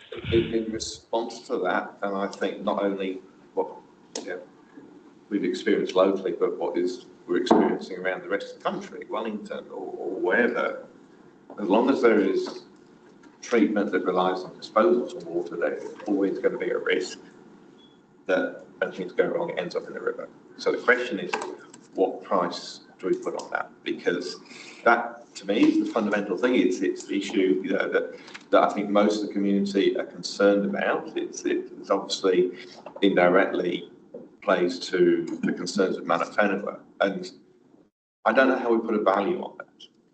And one of the reasons that we're establishing a CCO is because we were told that we didn't have the skills and the technical expertise to make these sort of decisions. So I find it very ironic that we're actually being asked to make decisions in advance of the CCO being established. And I know there's some timing issues, but if you go back to the paper back in the day, the sort of the CCO is a professional board appointed with skill and expertise. They will ensure the best for water decision making. So are we, all other things being equal, we are predetermining the choices that organisation will have when we were told that we're not the best people to do that. So I'm just putting that out there, but the basic concern that I have, and many people have, but I'm sure Nikki has and others around the table, is that as long as we are directing stuff towards that central point in the river, we are just prolonging the risk of what goes wrong down the line. Sorry, it wasn't a question. But I don't know. So obviously we've got lots of different options for what might happen in the future, these adaptive pathways. I think from what we've just seen with this consent being granted for Homestead Bay, they have an either or option in their consent anyway, so maybe they do treat down there and dispose to land initially, but there might be a point given the research or the investigation that this organisation has done in terms of availability of land for disposal to land, that they'll have to get to a point where they will be connecting to our centralised system anyway in the future, if not from the start. And I think these adaptive pathways give lots of options on that front anyway. Maybe there is a plant down at the Southern Corridor. If there's no land to dispose to, that disposal becomes part of the centralised system anyway, and we need to allow for that one way or another. I think, these options that we've got, obviously the disposal to land solely, purely disposal to land is prohibitive cost-wise, and it's technically challenging as well. So the question I was going to ask though, when we've had information from Te Mata Arawai that we are really looking for the size of our population that are discharged to water anyway, that are discharged to land, purely discharged to land, becomes a little bit less viable once you get beyond 2,000 people, I think was the advice we had, and we're well above that. So, and we're also being told we need to take the most cost-effective option over the whole of life cost. So, based on the figures we've got here, we're limited with the scope that we've got anyway. Would you agree? I don't know. That's for me to comment on. No. Yeah, I don't disagree with anything you've said. Or agree. I mean, I think the key for me is looking at these options we've got is in the, we've obviously got to choose one at some point. But the key is in the design of how it operates and how it can be maintained, and if there are any issues with either flooding or plant, how they can be resolved quickly. Yeah, I think that's a really key point, is that disposal to land doesn't make it bulletproof to operational issues. It can be just as compromised. We know that. Yeah, we know that. It's the same product. But if it had been next to a river, it would have been in the river. So getting the operations right is essential. That's something that we and every water utility need to continue to improve it. The other thought that I have too is that the more treatment plants you've got, I mean, every treatment plant's working quite hard, and there's a probability that there'll be some issue at some point in time. The more plants you've got, the higher that probability becomes around your district. And any one of them is only, it's the last step in a chain of a network. There's no backup. You can't just have a second plant sitting next door to, just in case. But if one large one fails. But if any of them fail. Yeah, but you're dealing with a smaller failure, I guess is the thing. Fewer people are. So how much pollution are you willing to accept? Is the question we had from Tim Cadogan. But we just can't get there. That's the point. There's another reflection on a large treatment plant versus small, and there's pros and cons. I don't have a particularly strong view, but even a large treatment plant is actually a series of small treatment plants all congregating on one site, so they don't typically catastrophically fail altogether as they expand. With 2 MLEs at Shotover, they are effectively 2 independent treatment plants, separate population of bugs. John, it's sitting over the delta. Does anyone else want to? No. Okay, so thanks for all this. I wonder though, are we, particularly hearing what John was saying about CCO, are we actually, should we be answering just one question?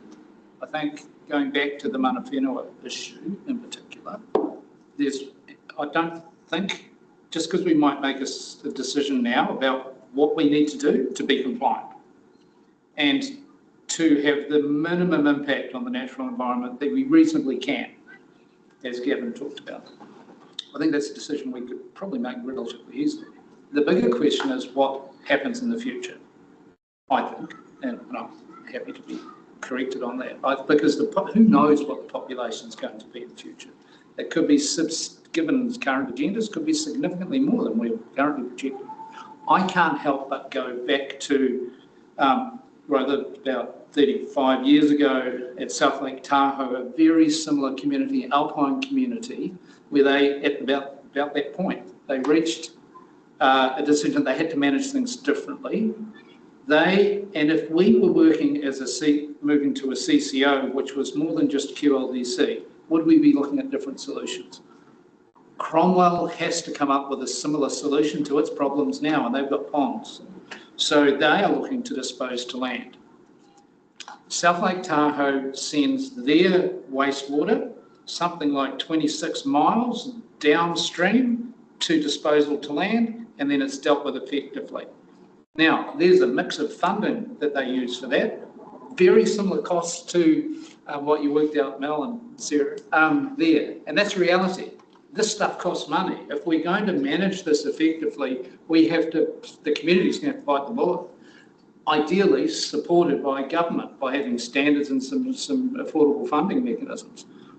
So in that case, so that there might be bigger picture solutions available, and we've got one here, potential technological transformations. We don't know what else is coming. I think we need to make a decision now that fixes the problem as best we can, and then keep options open in future, which, the CCO sounds like it's only going to be a temporary local CCO anyway, so there might be bigger solutions to a growing problem in the future. Have you got any comment on that, if you feel comfortable? I don't know. Tony or anyone? Well, I'd go back to what we've got on the table in front of us. We're making decisions now that allow us to deal with the growth that's already baked in. Yep. That deals with the Second Valley plant, and rather that we are currently non-compliant with that. So this is about making sure we can do compliant with our related stuff. Future decisions could go down a number of differing paths. That's absolutely true, and that would be a future decision for a CTO, given the timeframes that we're talking about.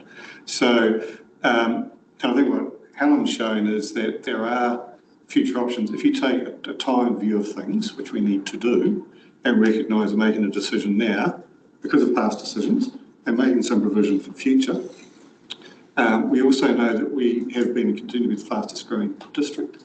And so from a wastewater servicing point of view, we have an obligation to make sure that we're able to cater for that out to certain limits. And that's what this process is about. Subsequent decisions to that, it is starting to crystal ball go as to potential options. But fundamentally, the treatment plant process is to remove most of the solids, and we've got a large volume of liquid that we still need to dispose of. And it might be reduced if we do universal metering or other things, but there's still, under all the scenarios, quite a large volume that we'll need to deal with. So part of it is trying to give certainty for the next period, not for closing options. I think Helen's talk about an adaptive pathway is important that can take account of that. So when in a few weeks' time we're sitting around the table with our partners, Manawatu, and we're very clearly understanding culturally, the implications of what we're doing, what hope can we give them? A potential long-term solution that meets their values, potentially? As people from Planet Arawai commented, this is an issue that's faced by every community. There are very few options that we can point out. Well, there is an option around land-based disposal if you want to spend that amount of money for that. That is an option. But iwi will need to consider what their response to the application is, if this is the application that council put forward. And I'm not sure, it's pretty clear what that means. It's a very high standard of treatment that we're talking about. Yes, we could improve it even further. That still doesn't deal with the cultural concerns. We understand that, but that'll need to be worked through.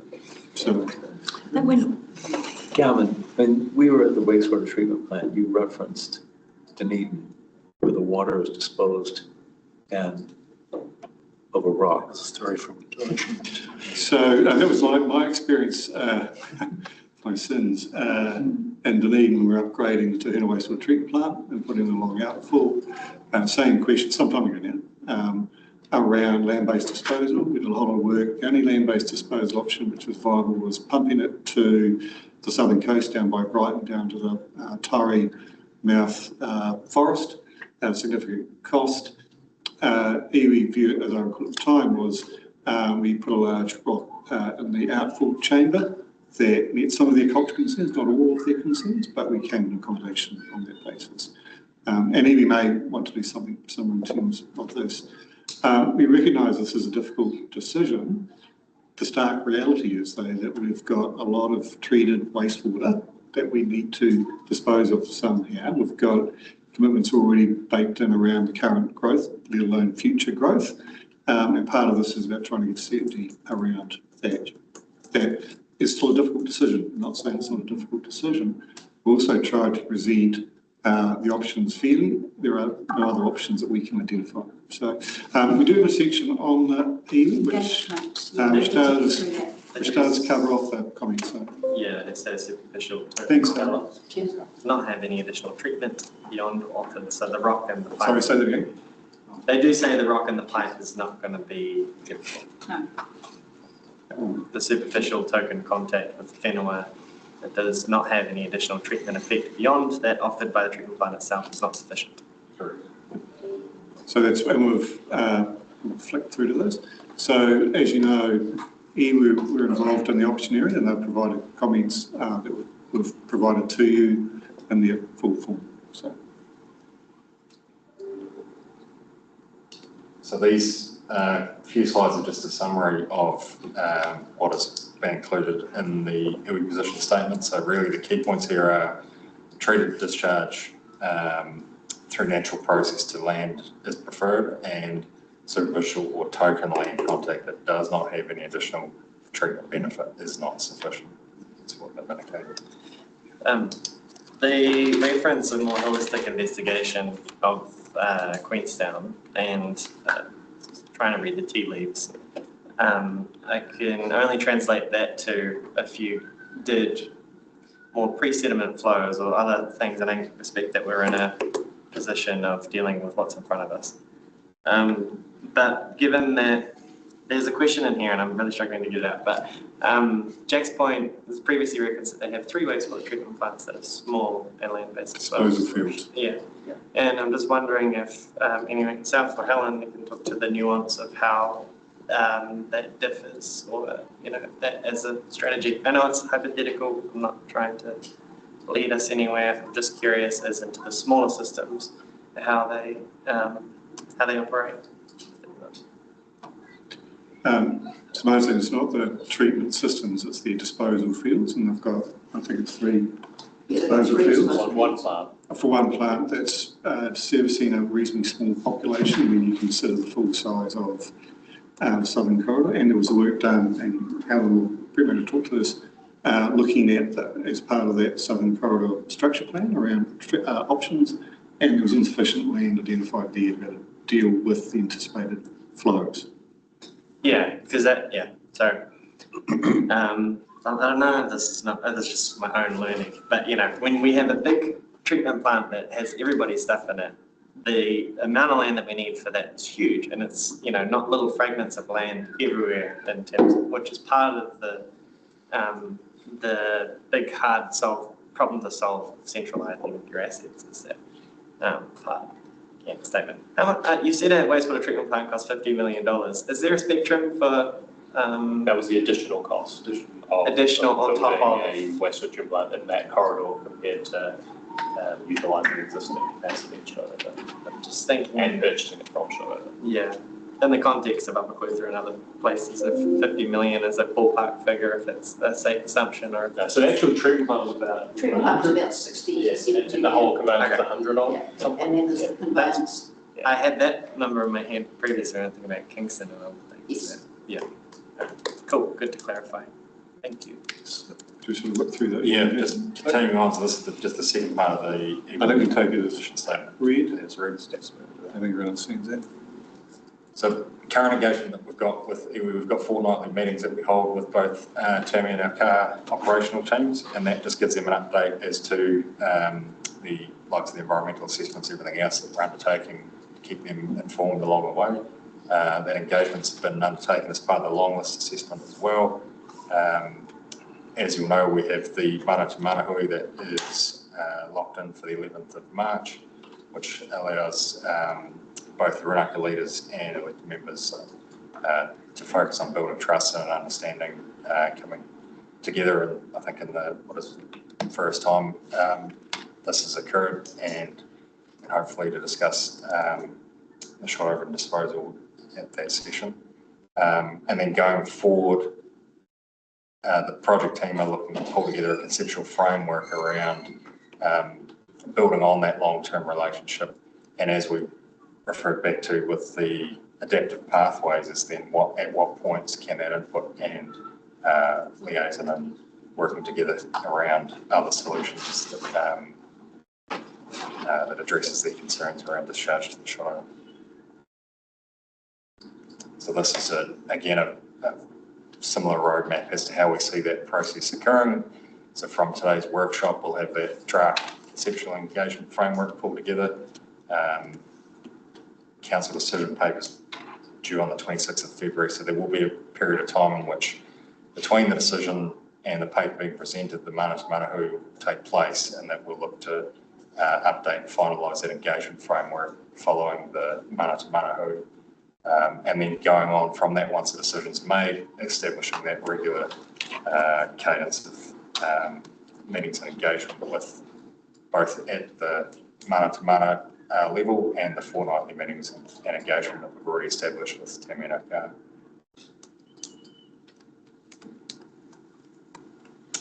Any questions on iwi engagement? No, I want to talk about this though. We're just a bit out of time as well, so let's get through the presentations for any time for questions.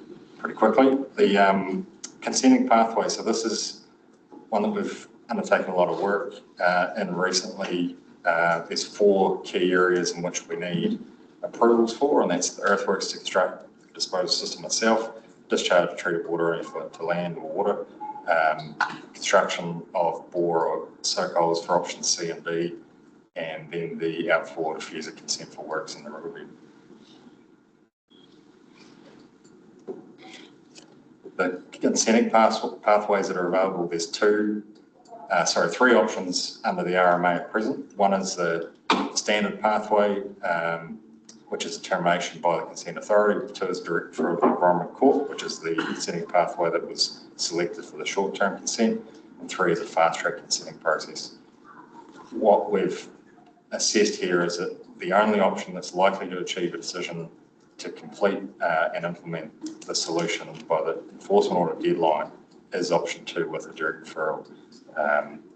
It also then provides the community the ability to provide input into that consent approvals and pathway. There's also, as you'll be aware, the resource management bills which are currently in front of Parliament for consultation, the planning bill and the natural environment bill. They are expected to come in mid-2026 into law.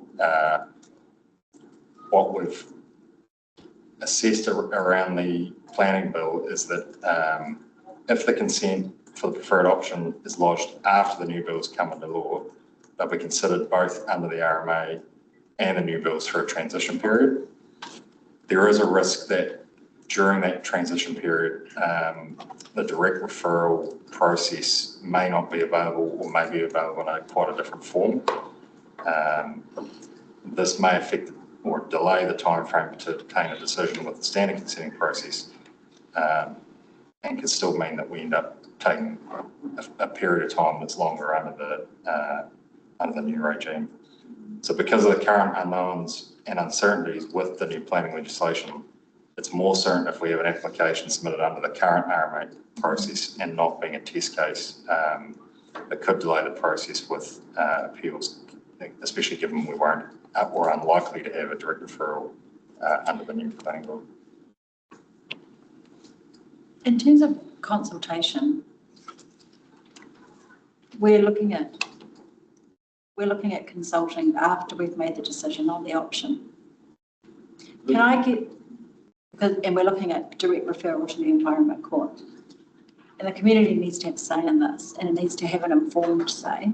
How is you wanting to follow the slides? But we're running out of time about 8 minutes. My response to you is that's for, council could make that decision not to do this. You could make a decision to do something different. There's a question in there, which is looking at our significance and engagement policy. How are we complying with it by making this decision and then informing the community afterwards? Because that's what the engagement said. It said we're going to inform, not consult, not, engage with and collaborate. We're going to inform the community after we've made the decision. How are we complying with the significance and engagement policy? Just explain to me how that meets that test. So not my area of expertise, and if you want to jump on this one, but my view would be the decision is around what option you're going to apply for consent for. Through the consent, there is a consultation period that they will have the opportunity to respond to. That's not what our consultation document is about. When we have a significant issue and we have to make a decision as a council around different options, we have an obligation, if it's a significant decision, to put that out to the community and allow them to give us informed feedback before we make that decision. So how are we complying with that policy? So we need to cover that off in the report too. I mean, this is a significant decision of council to make, but it's also a decision that you can make and rely on the RMA process to consult. That would be a decision for you to make at the council meeting. What we've got in front of you is a proposed pathway. You could consider that as to whether there needs to be further consultation with the public in advance. Is there anyone in the room who could give us some advice around that? Because, I mean, I understand that you're not an expert, but if there is somebody in the room who can speak to... Whilst we're thinking about that, I'd just like to ask one more question. Yeah, sure. Can I just add one more point? Because I guess typically with investments like this, they are signalled through the LTP, and that is considered the consultation for the investment. And the specifics of how you solve the problem through that investment is not always consulted on. That's up to us. Yeah, completely. It relies on the significant engagement policy. Yeah. So, just so I'm clear, we're going to be on today that the court's expecting us to put a consent application in. We've talked about option A and option E briefly today. When we look at, maybe we haven't talked really about the wetland thing again. If we look at option C or D, where if you were looking at a adaptive pathway scenario, because the option C and D talk about Frankton discharge, but supplemented by the Clara out to meet the 2060 wastewater flows. So if you did go down the adaptive pathway, or if council chose, actually we want to look at option C or D, that's our short to medium term, knowing that at some point we might need to go on a different pathway. Has the work been done to enable a consent application to be put in for either of those options within the required time frame? It's possibly a great time to talk to the slide that's up right now. Yeah. So this is for option C and D. Because of those timeframes, we would need to look at separate consents and a staged consent in order to meet that enforcement order deadline. So that for option C and D, we would need Regal's consent for the discharge to water and the bore soak disposal, as you can see here under this work stream, and would need then a separate consent for the discharge to water and disposal, as you can see in the bottom there. So that there's a number of different consenting pathways for those options, which are more complex than the consenting pathway for option A. What I'm trying to understand is, with the deadlines that we're working to at the moment, are C and D options that we could actually consider? At present, not to have a fully consented and approved option C or D to meet those enforcement order deadlines. It would be a stage consent that we would end up with one consent that would give us partial discharge, and then the other consents for the Karo, and then the other consents for the land so-called. So it's still a significant amount of investigation and work that needs to go into that application for the land. So are they options? Well, both C and D need option A or B anyway. Yes. Option A would have to be done first, so just C and D would follow. A protracted pathway that you need to work through to get there. Once that direction of council that you want to spend that additional investment and you see the benefits and those options that we can respond to. And it is still possible to achieve compliance with the enforcement order dates, but it will be a staged investment in the consenting process. A decision's getting boxed in by a movable deadline is my concern. Can I just suggest you open up the chat, because I think Megan's actually So responded. just what I've already said, we'll need to deal with that in the report. Yes. Explain that further, rather than trying to respond now in terms of how this might. I think it would be helpful for councillors to see what's been put in the chat. I can't see it, so I can't answer to that, but I think I am here. It's appropriate. I'm here.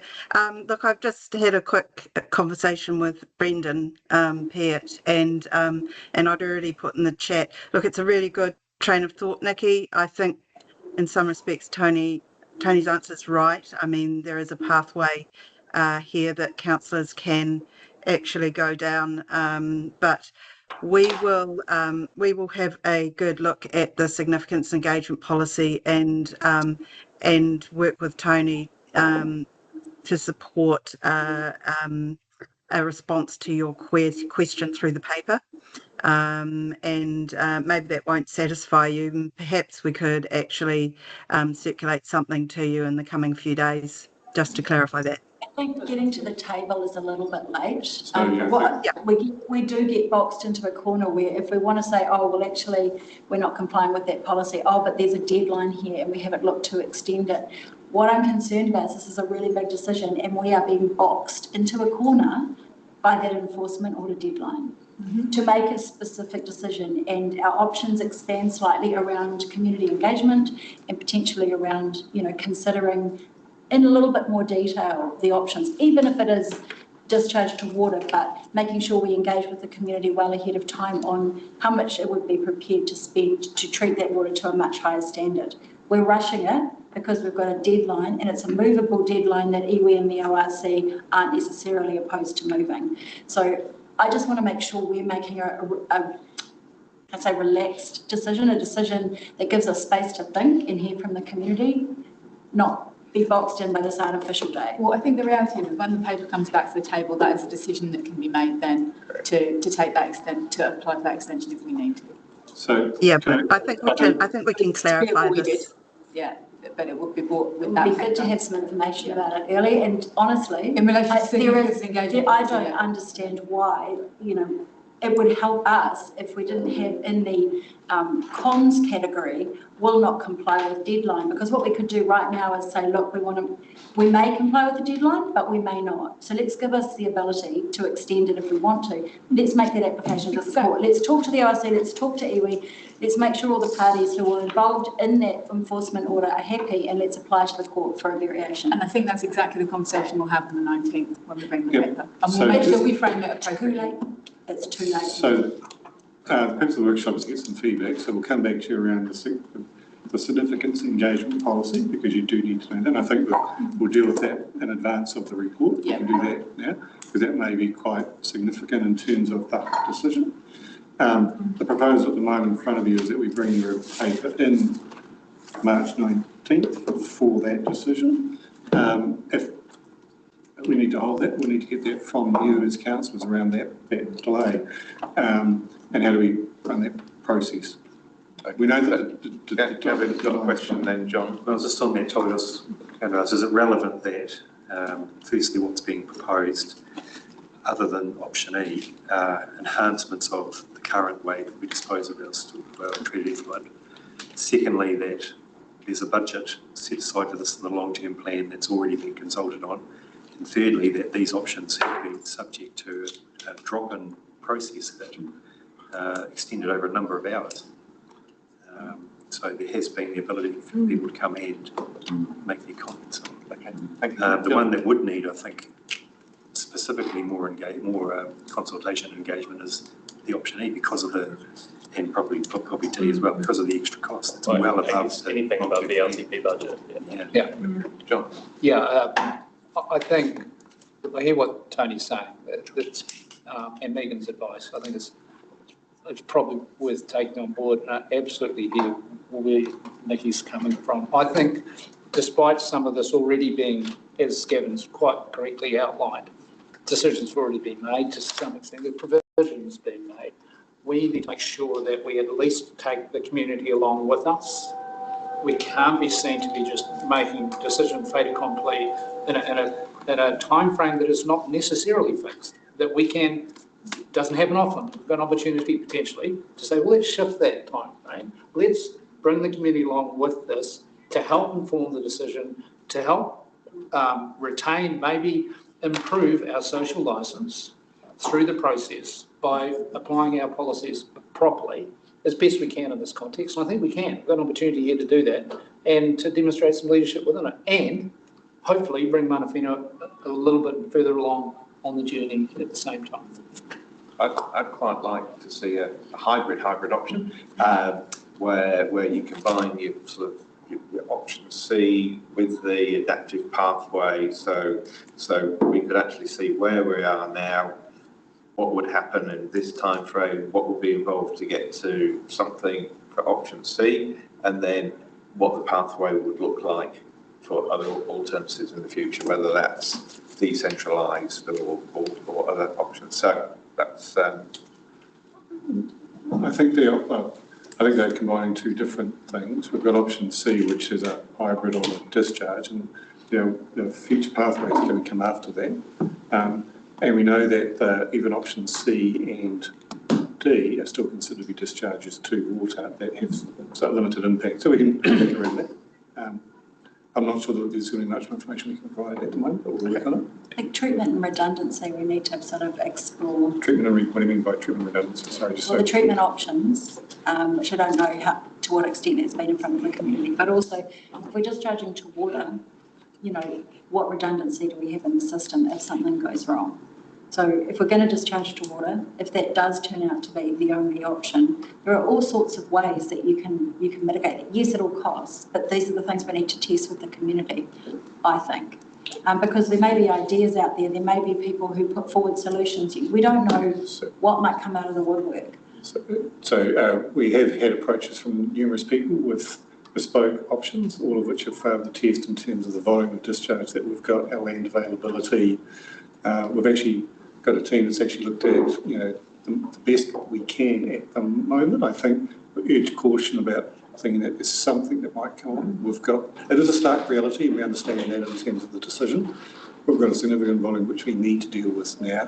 We are currently non-compliant. It is a difficult decision, we fully understand that.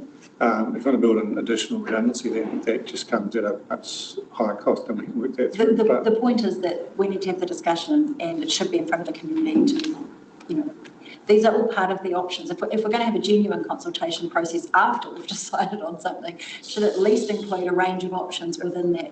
And I think it comes down to, just short-circuiting that conversation, is what is the level of risk that our community are happy to pay for to minimise, because that's what it comes down to, isn't it? It comes down to whether you've got surge chambers or baffle storage or all of those things. It's because we can do anything for cost, because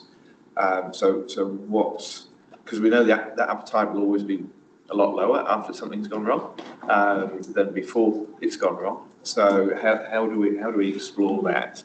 So for this is what you're getting, for this is what you're getting, and we've tried to present that in the options, and it might be, as we narrow it down, what it seems to be the practical options, it's what are the add-ons that maybe make them more acceptable, more palatable, but also more future-proofed to things, so that if we suddenly spend a couple $100 million on something, well, we have no option but to carry on doing that because we've spent so much money. So that's that sort of matrix. I'd love to see some of this. We need some time to make this. I think we should know though that even if we are able to achieve an extension, it's not a very long extension we'd be able to achieve.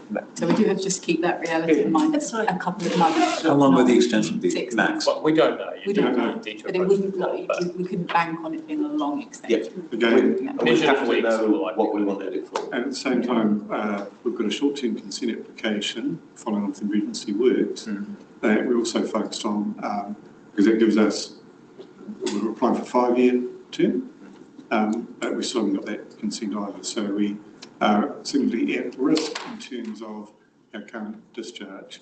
And that's, and your point, John, and this is a function sometimes, previous councils made a lot of decisions that have centred everything on to show that there's now a significant investment that may foreclose some future options because of the sunk cost in that. And it might also foreclose some options because that's still the best way of dealing with avoiding up to that point. The adaptive pathway might give us options beyond that. And we've said those can be future decisions by the council. And they are somewhat parallel processes, aren't they? And staged at different times. So, and not, that we need to take that into account. I mean, every decision matters, that's the thing. We're talking about past decisions that bake things in. This is another one of those. The master plan that we did just a few months ago, was another one of those. We keep doing them, going, oh, but, that's led us to here. At some point, we have to take some ownership of it and some responsibility for the decision we're making and not blame it on past decisions and make sure we really have, interrogated all the options and I'm kind of hearing two things going on to an extent. One is, how do we actually manage the volumes of wastewater that are treated by this facility? The other part is, how do we manage our facility and facilities potentially to minimise the risk of disruption and ensure that we are compliant all the time? And I'm not sure that they have to be the same conversation, but they are obviously interrelated. It's not just compliance, though. No, I understand that. Sorry, maybe compliance was the wrong word, but ensuring operational excellence. Environmental protection. Okay, well, I'm not sure if you've got the direction that you need. I think you've probably got a flavour of the issues that have been raised and or where you'll have probably read some of the body language around the room. So look forward to seeing what comes back to us. There was something in one of those slides about something on the 26th of... sorry, that actually should not have been in the slide pack. So that's just where our draft paper has to kind of be in some shape, but we'll be taking information. It's our internal process. We don't mind seeing that. That's okay. I panicked when I saw that 26. My God, that's 1 week from today. No, that was on me. I thought I had deleted it, but it's supposed to be deleted. I think what we're seeking, or at least I'm seeking, is breathing room. And I don't want to kick the can down the road, but I'd like to understand this more. And for my own psyche, I'd really like to hear what Monofano has said on the 11th. It's going to be a very important session. And we can't have a decision made. We need to keep our minds open. You won't have any. Or we'll be open to challenge. We have to have genuine options. So just respond, we've put up options in terms of the paper. We need to be clear around that. There was a very long list of options. We've got a short list of options. If there are further options that we need to put in, we can do that, but we need to be clear. We've put up a lot of options. You've had a lot to consider. We're recommending one, but there are other options there. If you want us to consider further options on top of that, we can do that. But we do need to be clear that there's been a very extensive process. I appreciate that. That's November 26th. And I guess some of what we're saying, maybe if we are looking at adaptive pathways that may signal change in direction down the line, then what do you invest now? So at what point, what's the life of the assets that we've got now? Because even if we had a much better solution, we wouldn't rip out all that stuff we just spent all that money on. So what are the life of those assets? To what extent do you have a very expensive rock field versus a pipe into the river if you knew that you were looking at things in that stage approach? So I guess it's sort of, where do you invest now and that enables future pathways rather than constraining because of the sunk cost of what we've done. That's how do we enable change in the future without over-investing now? And that's really hard. And stuff. But another part to be cognizant of is actually the cost that goes into consent applications. Each time we talk about these substantial consent applications, they're over $1 million. So there's a lot of money coming out of this. Okay. So case to get it right first time. Yeah. I mean, it would be great to see a little bit more, I'd like to see all the detail in the background, the extent to which these options have been worked up. I feel like we have one option that's been worked up more, which is the preferred one. The others aren't necessarily as progressed, and that's the case. That's not the case. Oh, that'd be great. Well, Yeah, in they're that case. all the short, and as you said, like option E, for example, been addended to the shortlist options, and provide all that as part of it. Yeah, we can see the But we detail. haven't developed a design. Yeah, it's a conceptual design, and it's not a detailed design. But this is the information is kept at a high level so that we're not investing hundreds of thousands of dollars in each option. It's sufficient for decision. Absolutely. Just need to, yeah. Okay, I think we've out of time. Thank you. I mean, great discussion, and I know it's an emotive topic, but thank you for listening to our previous discussions and bringing the additional stuff back to the table. I think we've still got stuff we're processing, and I'd like to think there'll be a natural way forward that emerges that sort of, well, maybe brings the best of all worlds. I don't know, but I'm eternally optimistic. Thank you. Megan's provided additional comments around the engagement policy, saying we'll come back. So that was in the meeting chat, so just for attention to that. They'll stay there after this one. Sorry? They'll still be here after you get it from. Yes. No, they'll stay there.